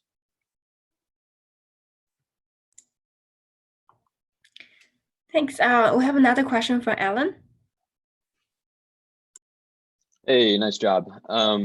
So similar type of question, but clearly there's a massive market here, but it's also notoriously competitive. And a lot of these incumbents, they have capital, scale, they have distribution, they even have R&D in-house. What specifically is keeping them from building a vertical for this audience that might not be, as catered to right now? No, definitely. What we're actually seeing in the space is that rather than building a vertical, they're acquiring verticals in this space. So a lot of the bigger companies are looking to find smaller players that can easily acquire to integrate into their company. Like for example, Native was a great example of that, where a larger company had a beautiful product line of companies in different niches. So they brought Native in really quickly. and then they were able to kind of even expedite its growth by bringing it in.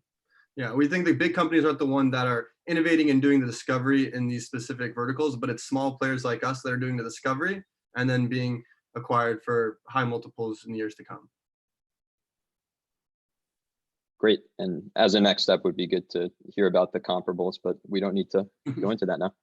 Definitely. All right. I think we have time for one more question. If not, we can move on. Is there anyone else would like to ask a question?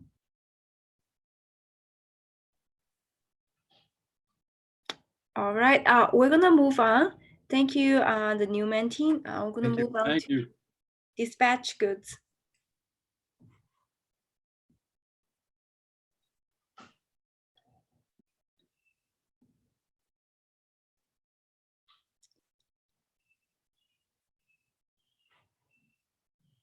Lindsay. Yeah, sorry, I'm getting it up. Yeah, okay, no problem. Yeah, feel free to share. Yeah. Okay. Can you see my screen now? Yeah, we can.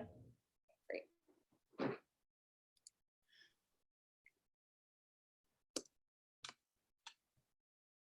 So as most of you have come to realize, food delivery and takeout are on the rise now more than ever. And while that's wildly convenient for us as we're all sheltered in place, the consequence of that is that all of these food containers, or 90% of them, are ending up in landfills, oceans, and incinerators. So the waste consequence of this is enormous. It won't go.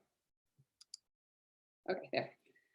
So the pandemic has exacerbated this problem in that people are seeing waste accumulation in their homes as they're ordering everything to their doorstep. However, what if we created new systems? What if we use this time to create a better tomorrow where instead of throwing everything away, we create a new circular economy? I'm Lindsay and I'm the CEO of Dispatch Goods. I formerly ran Surfriders Ocean Friendly Restaurants program, where I helped restaurants transition to more sustainable practices. And in that time, I discovered that there wasn't a truly sustainable option for restaurants that did a high volume of takeout and delivery. So I decided to go back to school to try to solve this problem. And I'm a Berkeley MBA student. There, I met Jessica, who's working on her PhD. She was similarly working in this space, and she had designed the first true certified zero waste academic building in the world, which is Chew Hall right here at Berkeley. Later, Maya joined the team. She comes from DoorDash and Caviar, and Andrew comes from Google and does our tech development. And together, we founded Dispatch Goods. Dispatch Goods provides weekly zero waste restaurant meals that you heat and eat at your home. So the shopping experience for this is somewhat like grocery shopping, where you can shop for meals from different restaurants. You put them in your cart, and then we will deliver on a weekly basis the items that you have selected. During the next delivery, this is all done in reusable containers. During the next delivery, we'll pick up your empties and then drop off the next week's orders. These are not hot meals. These are cold meals that you heat and eat, but they are from local restaurants. So restaurants really enjoy this option because of the fact that there's lower container costs for them. There's also an additional revenue stream in these particularly hard times. And we take a lower commission cut than food delivery apps because we don't do hot food on demand. We do optimized routes ordered in advance, so it's cheaper for us. And from a customer perspective, we're creating an option that they've been waiting for, which is essentially the convenience of food delivery without all of the waste. Additionally, right now, customers want to support their local restaurants so that when we get to the other side of this, they're still there. And so this provides them an opportunity to support local restaurants without waste creation. And we're cheaper than food delivery apps because it's only a once a week delivery rather than delivered every time you need food. So in this space currently, as cost and convenience go up, so does waste creation. Dispatch Goods disrupts this model in that you can finally get restaurant meals delivered to your door with zero waste. We actually launched in the takeout crowd in downtown San Francisco. Yelp employees were our test customers, and we put signs at our 3 restaurant partners and 1 food truck to alert Yelp employees about the program. And one after another inbound email came from other companies, from employees, from apartment complexes, from restaurants that wanted to participate in this program. Even food delivery apps and other meal pickup apps were wondering how they could partner with us to access these reusable containers. One of those companies was Zendesk, and we signed a $20,000 contract with them. That's part of the $80,000 contracts we've signed from those $20 of marketing signs. And as our takeout model with this was disrupted, we quickly pivoted to delivery, which is what we wanted to tackle all along. And so Zendesk is paying for pizza delivery for their employees on Tuesdays and Thursdays as an employee perk, but also as a way of supporting the restaurants near their office that they fear would be going out of business without their support. And so with this model, we are going to have a very targeted approach, kind of neighborhood by neighborhood. We've identified North Beach as our launch place. And just this week, we reached out to about 10 or 12 restaurants, and we have 6 on board already. So we're onboarding those restaurants next week. And after we tackle North Beach, then we'll expand to other San Francisco neighborhoods. And we already have a contract with Alameda in the East Bay. So that will start in the fall, and that's a $60,000 contract because their city is incredibly motivated to transition away from the wasteful practices that they're currently experiencing into a more reusable and circular future. So after we tackle the Bay Area, there's a few other markets that would be our next steps, and that's based on inbounds and other kind of when people go to our site and put in their zip code, we've identified these markets as strong markets for us. And so our revenue model is such that we collect a delivery fee from the consumer, and then we collect commission from the restaurant partners, similar to a food delivery app. And although we're not currently charging our restaurant partners for the containers, we plan to in the future, but we want to be at cost parity or lower than compostables. And all of this has been, we've talked to all of our restaurant partners about this, and they're on board. And then in the long term, we see an even larger opportunity, which is essentially after we've mapped out all of these logistics for the delivery and pickup and dishwashing on a large scale, then we can offer this service to other partners. In fact, DoorDash wants to partner, a chef wants to partner, and they want to partner now. And we're strategizing about when the right time to launch these pilots are, but they are already on board. And we can charge other companies, even grocery store items, to pick up and collect those items and sell them back, kind of how recycling has worked traditionally. And so the market size is enormous. It's growing. Food delivery is going to be a $250 billion industry by 2025. We randomly surveyed people at a restaurant in San Francisco, and 70% said that they would pay more for reusables. That's in line with what we constantly hear, which is the #1 reason people are ditching the meal kits and the meal delivery service is because of the waste creation. There's a giant hole in this market, and Dispatch Goods is filling it. Not only is there a large financial opportunity here, but the opportunity for impact is enormous in that if we can divert 10% of waste created for the food delivery and takeout industry, we would save nearly 2 billion single-use products annually in the US alone. Dispatch Goods has gotten a lot of attention. We've raised over $210,000 to date. And we've been featured in a lot of media, as well as the Wall Street Journal, and we are a Skydeck cohort team, and we were the step winners of last year. And so COVID has disrupted the restaurant industry overnight. And while there could be a negative environmental consequence for this, Dispatch Goods gives an opportunity of a different future, a better future. We have the opportunity to create new systems. So when we get to the other side of this, it's not just the status quo. So we invite you to join Dispatch Goods in accelerating these reusable systems for a new and better future. Thank you. Thank you, Lindsay. We have Daniel, question from Daniel, yeah. Hi, Lindsay. I'm sorry if I missed this, but what are your engagement metrics? So what do you mean? Like, how are we reaching our customers? No. How many users are using you, and how many, like, what's the daily active? Oh, I understand the value to the restaurants and stuff, but I'm curious how many people are using you. Oh, sorry. Yeah. So previous to COVID, when we were in the takeout industry, we had between like 50 and 200 daily users. And now that we've launched into delivery, we had a limited, it was a limited rollout with Zendesk, and on Tuesdays and Thursdays, about 30 people a day. And we've sold out for our North Beach launch, which is 50 people per day, granted Tuesdays and Thursdays. So that launches next week. And I should mention that we only have one restaurant. Right? We haven't integrated with the 5 other restaurants. We're doing photo shoots with them. So with one restaurant only on our platform, we've already sold out for our first day. Awesome, thank you. Yep. Thank you. And we have 2 more questions, one from Jed and one from Jess. Jed, do you want to go first? Sure, thanks. Super cool. This would probably take more time, but I'm not totally clear on where you exist vis-a-vis the other delivery companies. Do you work with them? Are you competitive with them? And you know, the fees, the delivery fee, the container fee, is that just added to the consumer's bill when they order something? And do they order something always through you, or do they order it through the restaurant? And I'm just kind of a little confused how it all works together.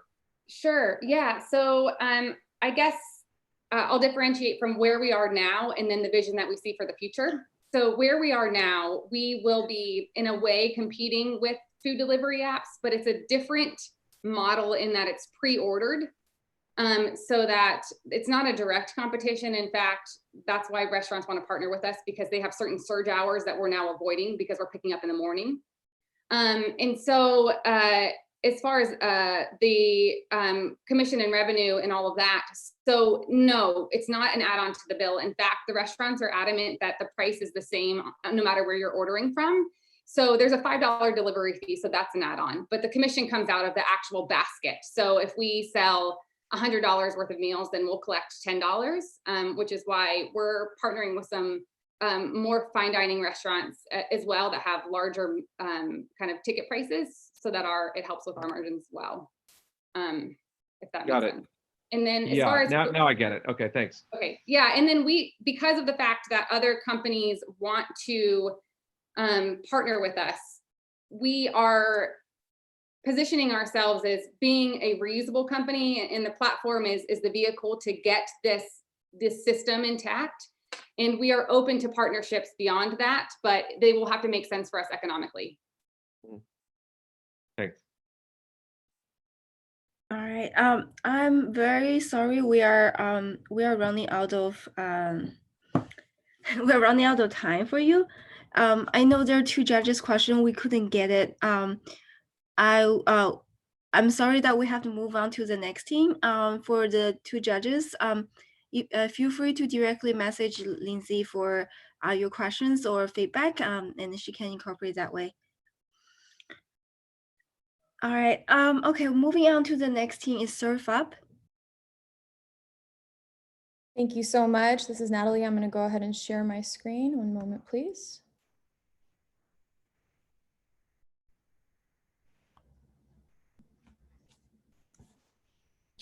Good evening, everyone. My name is Natalie Moazes, and I'm a co-founder of Surf Up. What we call home is different for each of us, but for me, anywhere close to a beach and where the waves break is my home. I love to surf.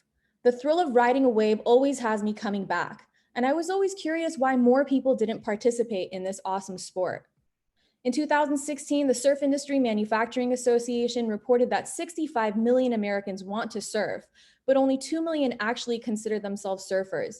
Why does such a large discrepancy exist? From our research, it all comes down to convenience. Whether you buy, maintain, and have to transport your own board, or you have to find a rental shop, wait in line, check out, and carry your board to the beach, these activities are often too much of a hassle, and that's why Surf Up exists. We've created an easier path to get those who want to surf off the beach and into the water. We provide spontaneity and fun, and we're there to capture the moment when the impulse to surf hits. We leverage the experience economy and sharing economy. It's a driving force in the market today, and we apply it to water sports in a way that our competition does not. Simply put, Surf Up is an integrated hardware and software solution. It's an automated station that pairs with a smartphone app. You download the app, scan a QR code, select your board, and catch the waves. It's as simple as that, and our early customers love it. And so do we. Because from our forecasting of just 13 one-hour-long rental transactions per surfable day in San Diego, each of our stations will generate $50,000 in revenue with $26,000 being profit. But our early testing says these are conservative estimates. When we put our initial prototype station in Pacific Beach, we quickly emptied our station and we received positive feedback. In the pictures, one of our customers who was thrilled to share his experience on Instagram. Hotels want to host our stations as a new amenity for their guests or for the general public as they walk past the hotel. It took just 2 meetings to secure our first contract with 3 beachfront hotels in San Diego. It's a 10% revenue share agreement to the hotel, but this is just the tip of the iceberg. As of now, we have meetings lined up to negotiate contracts with even more beachfront locations. They all tell us the same thing. They are routinely asked where to rent surfboards and always have to send their guests elsewhere. SurfUp provides a new experience for their guests to enjoy, and this is revenue hotels know they can capture with our stations. Surfboards at the beach are the first step, but we are going beyond that. Next will be everywhere you can paddleboard, and together that'll accelerate us to a $16 billion market. We're starting with a highly fragmented $5 million surfboard market in San Diego that we will penetrate and dominate. But these are estimates based on current demand.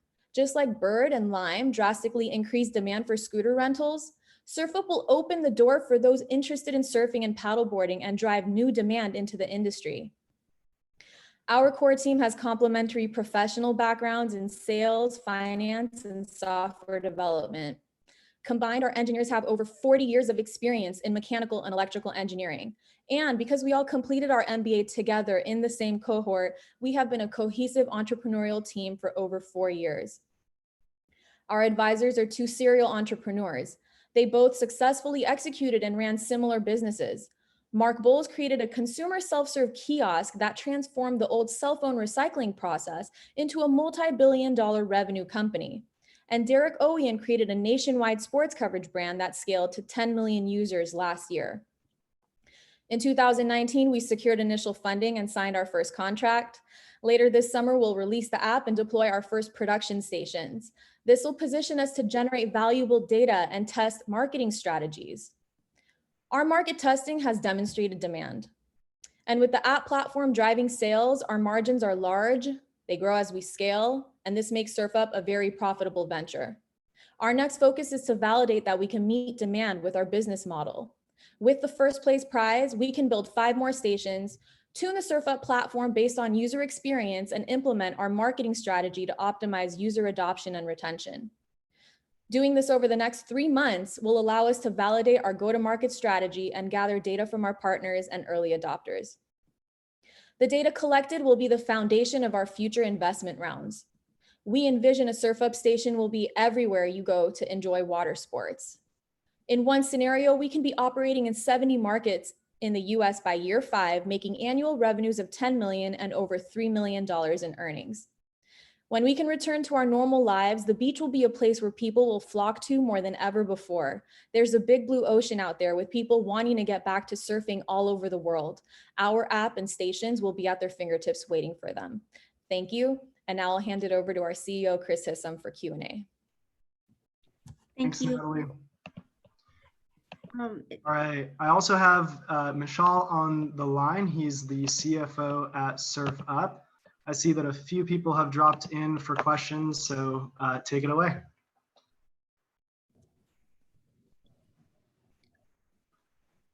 All right, is there any questions from the judges?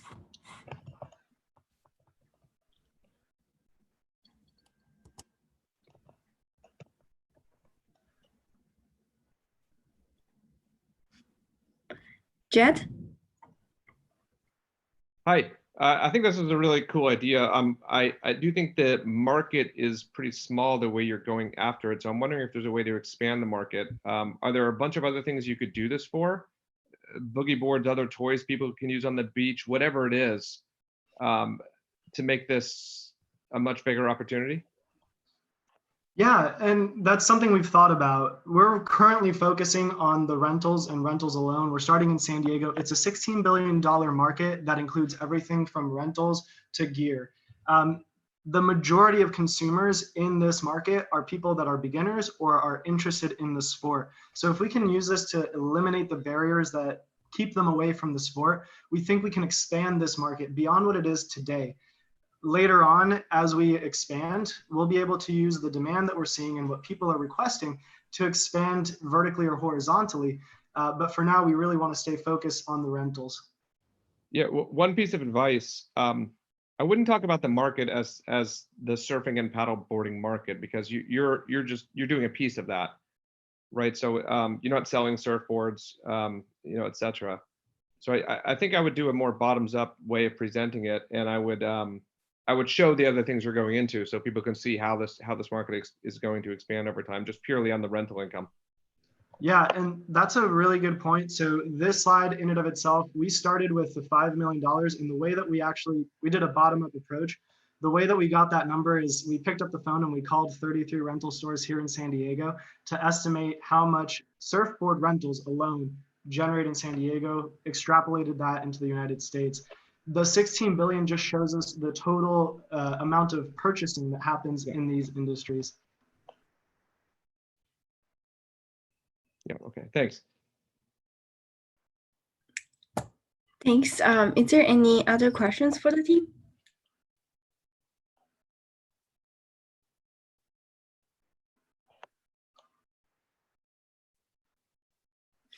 All right, thanks, Surf5 team. We're gonna move forward. Thank you. Thank you. Next team, it's also our last team of the pitching is Carpnet.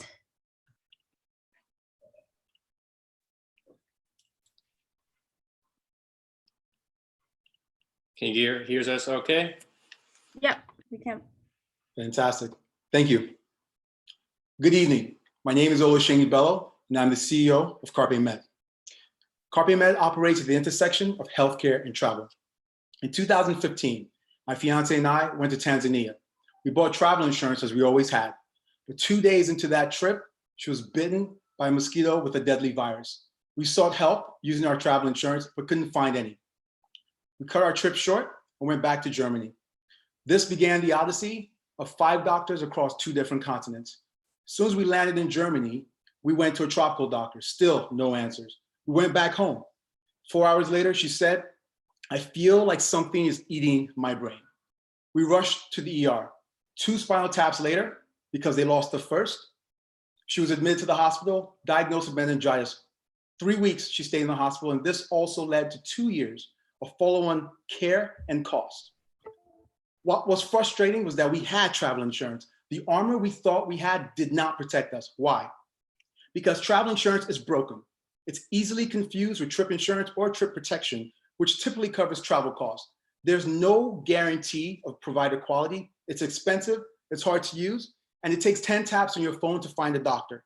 Ultimately, there's no easy access to high quality travel medical care. But we fixed that. 2 taps to book an appointment. 1 tap to share medical records with travel companions and friends and family back home. And while there's a small subscription fee for Carpnet, the big win is you only pay for medical care when you need it. We are not travel insurance, we are travel medical care.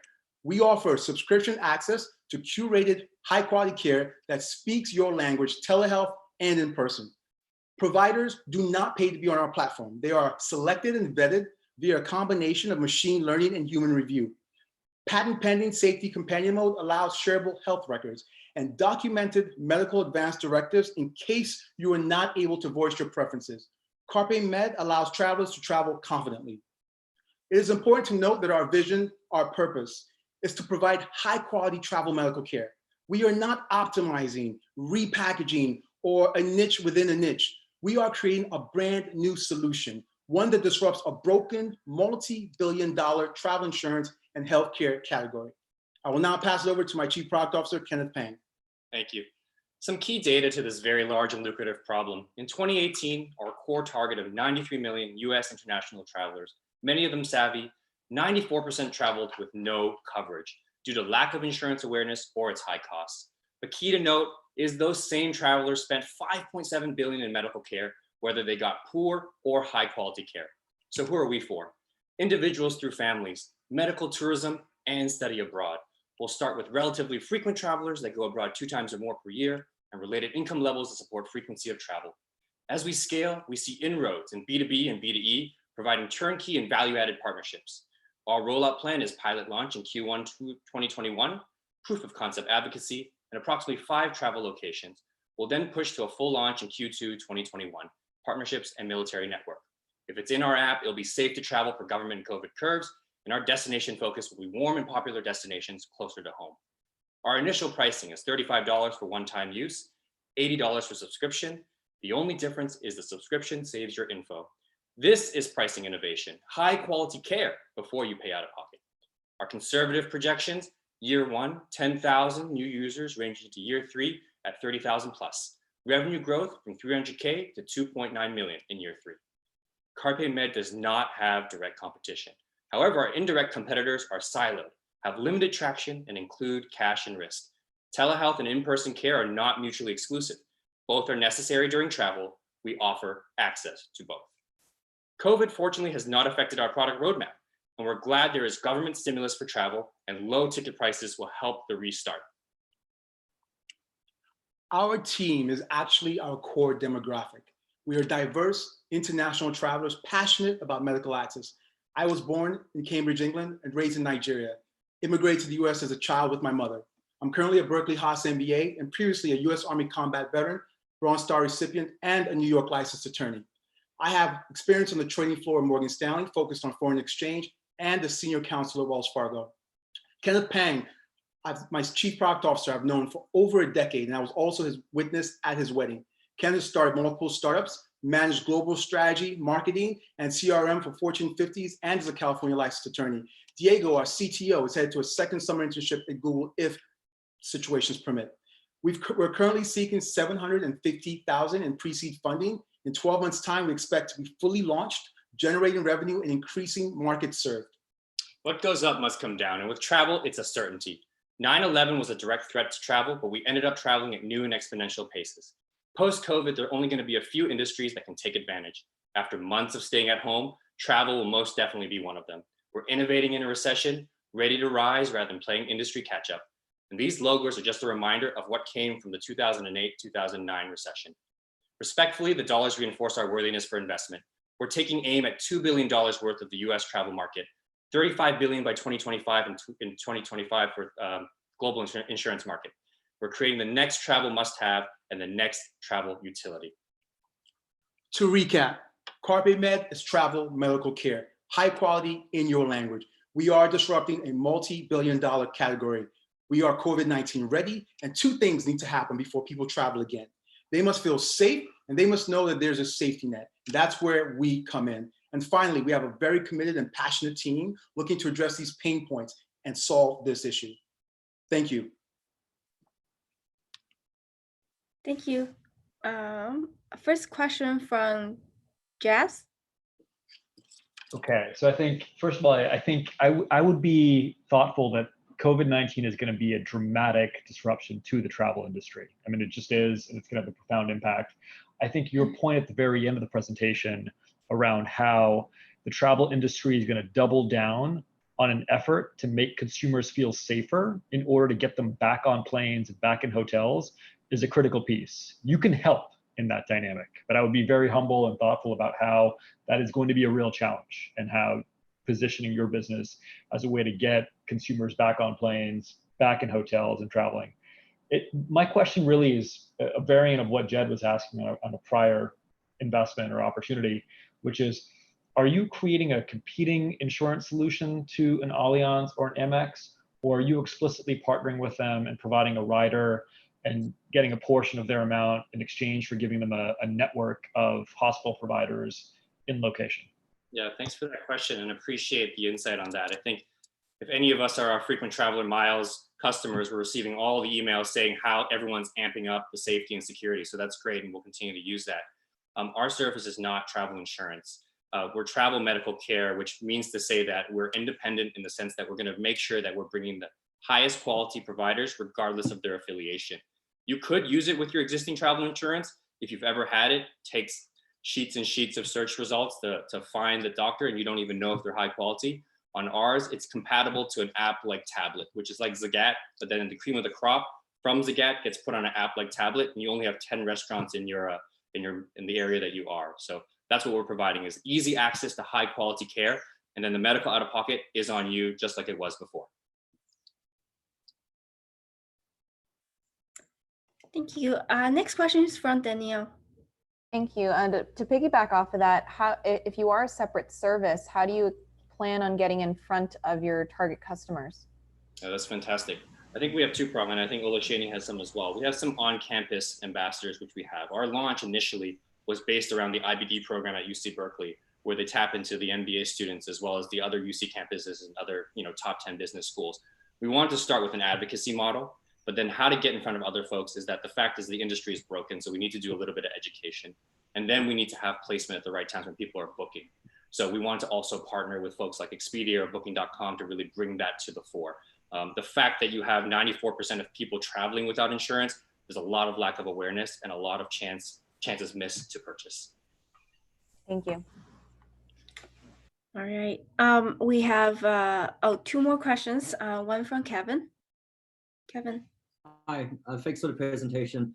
In terms of go-to-market, right, after COVID, after we wrap up from COVID, what are your choice markets that you're going to go into? And how do you think about bringing physicians onto, or like medical centers onto your platform, right? I'm on your website right now, and it basically looks like a Yelp for doctors locally. How do you think about bringing those people on? How do you target them? And then how do you do ranking, right? We've seen other doctor apps here in the States, and they've had kind of lukewarm outcomes in the marketplace, right? So how do you get the customer to trust your platform as a curator of high quality care in a new market that they've never been to? Thank you for those questions. I'll start with the first one. The go-to-market strategy and the choice locations will be focused on places closer to the US. We know that the pandemic has hit Americans' pockets, and everyone is trying their best to survive. So our hypothesis is that people will be inclined to travel to places closer to the US, warmer, especially when we're thinking Q4 and Q1, specifically Cabo San Lucas, Mexico City, Dominican Republic, Tulum. Those are some of the areas close by that are rich target areas and also have a high travel volume. As places flatten their curves, that's where we will focus. It's a very dynamic situation, as we all know. So the focus will be on keeping abreast of all the changes that come on. Second question is with regards to physicians. I'll pass it over to my Chief Product Officer. Sure, it's a combination between human review and machine learning. Ultimately, we are going to search and find these doctors and partner with certain locations. It really depends if the country's privatized healthcare or public. But ultimately, there's going to be a combination of human review and machine learning. From a reputation standpoint, I think it's about a product that works. It's for the cost that you pay to make sure that you have certainty that you no longer want to travel without coverage, especially in the post-COVID world.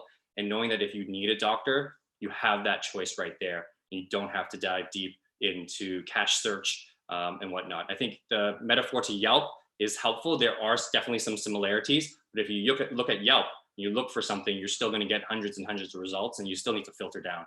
We're only going to keep the cream of the crop, and that's the only way that's going to be. But it's definitely an advocacy and reputation model. And I want to add a comment about Yelp. The Yelp subscription model also allows businesses to remove up to 2 negative reviews a month. That's not going to pass when we're talking about healthcare, because those 2 reviews you remove could be the difference between life and death. So that's one distinction with Yelp. Okay, great. We'll just take one last question from Erica. Yes, Mark, it's a 2-parter, so I'll try to make it fast. Are you going to have any pricing transparency in this? I think given that it's out of pocket, people are going to probably want to know how much they're paying at each doctor if they have 10 options to choose from. And 2, is any reason why you're not going to go for a B2B market first? Oh, great. Thanks for the question. I'll answer the B2B market first. I think the fact of the matter is that we can go after B2B and offer as a value-added services for employees of said companies. But I think the real issue right now is actually the people that are traveling themselves. I think that's the care, that's the vision that we've had, is everybody that's traveling rather than organizations. So I think we're going to do it twofold, but I think our focus is B2C first, especially given our relationship with UC, his military background. We want to go in that manner to make sure our proof of concept works. The first part of your question was, can you remind me of that? Pricing transparency. Right, yeah. I think that is a very interesting point. And first and foremost, I think it comes down to the quality and availability for the doctor. It would be very difficult in these foreign countries to be able to generalize the pricing for each doctor. So I think as we go and speak to each doctor, we can see if they're comfortable with ranges or if they prefer inquiry.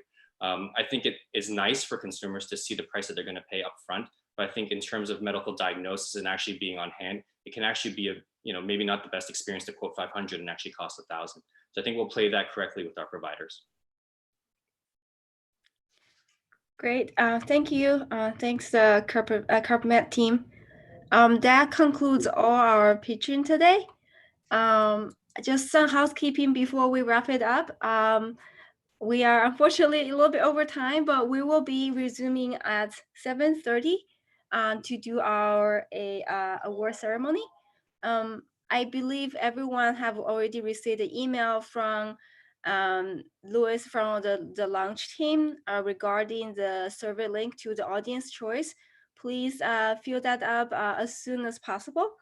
And for the judges, please join us at the judge regrouping session.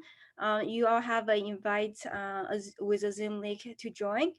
And for the investors, sorry that we can't have more questions during the session, but feel free to sign up again on the Calendly if you are interested in talk to a specific company.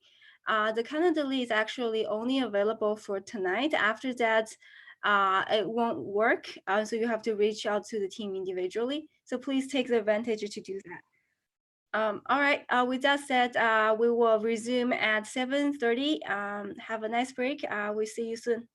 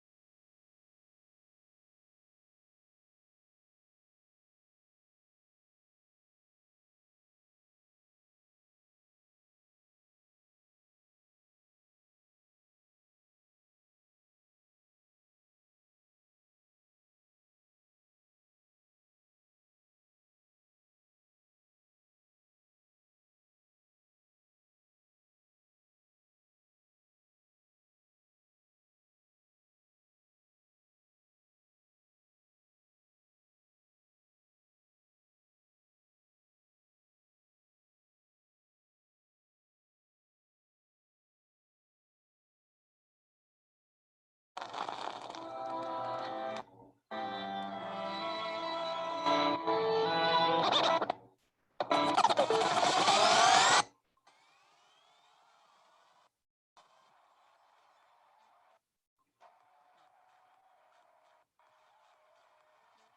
put some music on.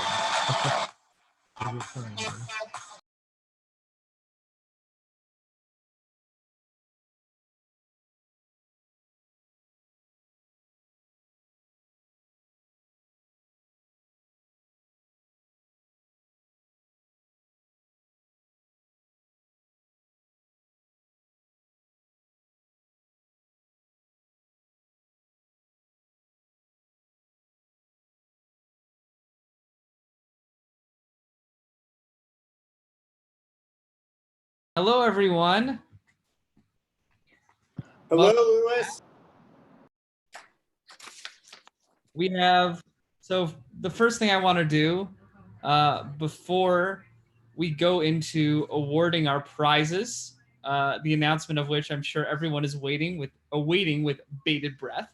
First thing I want to do is thank everyone who has been so instrumental in helping the Launch Accelerator become what it has been. Programs. Now is not the time to do those things. Right now, we need to be running. I hear noise in the background. Make sure you're muted if you're not me at the moment. First, I want to thank our instructor team, Andre, Rhonda, Darren. They've been invaluable with their wisdom and their guidance, and especially both with the startups and with the leadership team, of which we have a number of MBAs and undergrads who've all done amazing things with marketing the application, positioning the startup, running each program, and most importantly, pivoting in this time of great disruption and negative disruption, COVID. And additionally, I want to thank our judges, both for our demo day and Bootcamp 2 participants. And I want to thank our mentors who were with our startups from the beginning of their program and kept in touch and helped them grow and be able to really go from a starting place which was very different from where they ended up today in terms of proficiency, in terms of the appreciation for the market and their appreciation of their product. And the last people I want to thank are the startups themselves. Every single one, from those from the 12 who unfortunately did not make it to present on demo day, who still might have bright futures either in this endeavor or another, and the startups who pitched on demo day and now may either receive money and acclaim, or even if they didn't, should not feel at all unenthused about their chances of progressing further in the field of entrepreneurship. So yeah, that's my quick speech. And now after thanking everyone and feeling excited, I want to get to the main event, which is the announcement of our prizes. And so the first person I'll call up, let me check my list, will be Erica, who is going to announce the General Audience Award. This is the award that if you were watching on YouTube or generally send it out to your friends who are zooming this in, this is the one you all got to vote on. So take it away, Erica. All right. Well, congratulations to Super Pet Foods for the Audience Choice Awards. Yay. Without the applause, this is going to be very weird. Woohoo! Yeah. Go. Go guys. Let's go. Super Pet Foods. I will say that Maria is a close personal friend. But I did not vote for her like 30 times or anything. So there was no nepotism. So the next person who will present an award, it will be our beloved Rhonda Schrader, who will give the award for investor choice, investor audience choice, which is our first monetary award. It's a $5,000 non-dilutive award. It's going to make people much more cool. Well, I just have to number one ask Vince, please. We've seen over the last 50 years or so. Do you think that's Okay. Shall we mute that? Yeah. Oh, okay. Yeah. We'll just talk over him. So Maria, going back to you, literally half of Latin America I voted for you.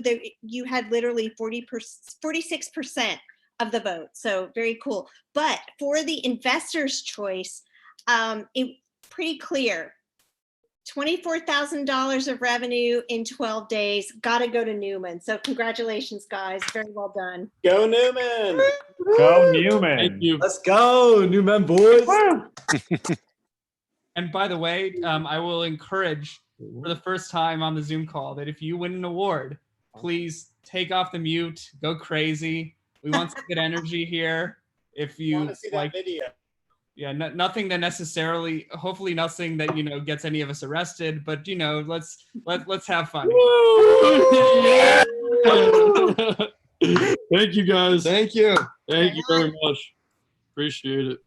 Awesome. Okay, so for our next award, which is our Best Pitch Award. And this award is for the team that we thought displayed amazing stagecraft in the presentation of their idea. Presenting this award will be Victoria. Great, and the Best Pitch Award, $5,000 goes to Mirabelle. Congratulations, Randall and Riley. Thank you guys. Appreciate it. Hey.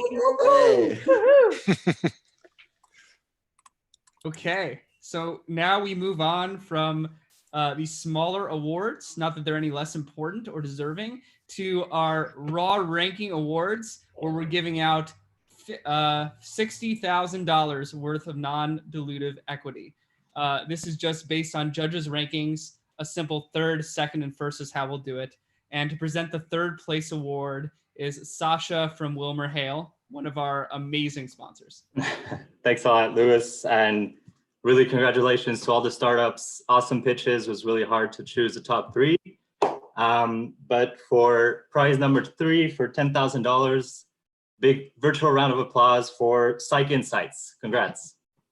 Let's go. Make some noise.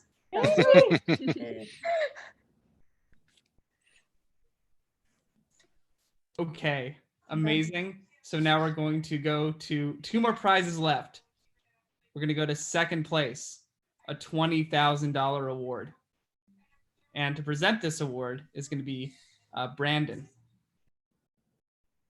Everybody, great job to all of the teams. The second place award goes to Super Pet Foods. Congratulations. And thanks to everyone letting Wow. Let's go. Amazing.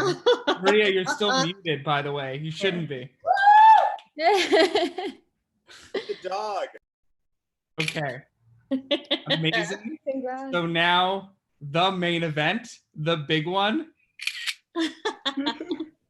And I'm going to hand this off to Jas, who's going to announce the first place award for $30,000. All right. To echo Rhonda's comments and Lewis's comments, this was an incredible event, and it was really, really close. But the first place award, there has to be a winner. The first place award for $30,000 goes to DigiVentures. Congratulations, guys. Woo! Where's Santi? I need to hear Santi make some noise. Take your walk across the stage. Take your walk across the stage. There we go. Work it, Santi. So here we've come with our awards, and I think we cannot emphasize this enough. This was not an easy decision for anyone. This was a close ranking from beginning to end. And I will say that some of our number 1 or 2 award teams have gone off and done great things, but equally so, I've seen teams who pitched a demo day or even didn't get to pitch a demo day and went on to amazing success, raising, millions of dollars, getting great revenue, becoming our marquee startups. So it's the experience in addition to the award. It's what you learned here as much as it is what you earned here. So thank you so much. Appreciate all of you for helping make this, even for me on a personal note, and Vera, our 2 MCs for the night, a personal, amazing journey. And there we go. That's the end of the road. Thank you, Lewis. Appreciate you, man. Thank you. And thank you, Vera, by the way, who MC'd who was the accelerator person who ran the nitty gritty from every single stage, and who emceed tonight in fine style, keeping people on time, enforcing the rules, but without pissing too many people off, which is great job, Vera. Great job. Thank you. Great job, launch team. Thanks to the rest of the student team who were in the background, like solving problems all along the way, coming up with solutions when we had to turn on a dime. Thank you. Respect. Everybody, amazing job. Yep, great job all. Good night. See you next year. Peace, love, and keep solving. And stay in Thank touch. you, Rhonda. Thank you, Thank you. everyone. Let's go. Bye. We're still on Slack.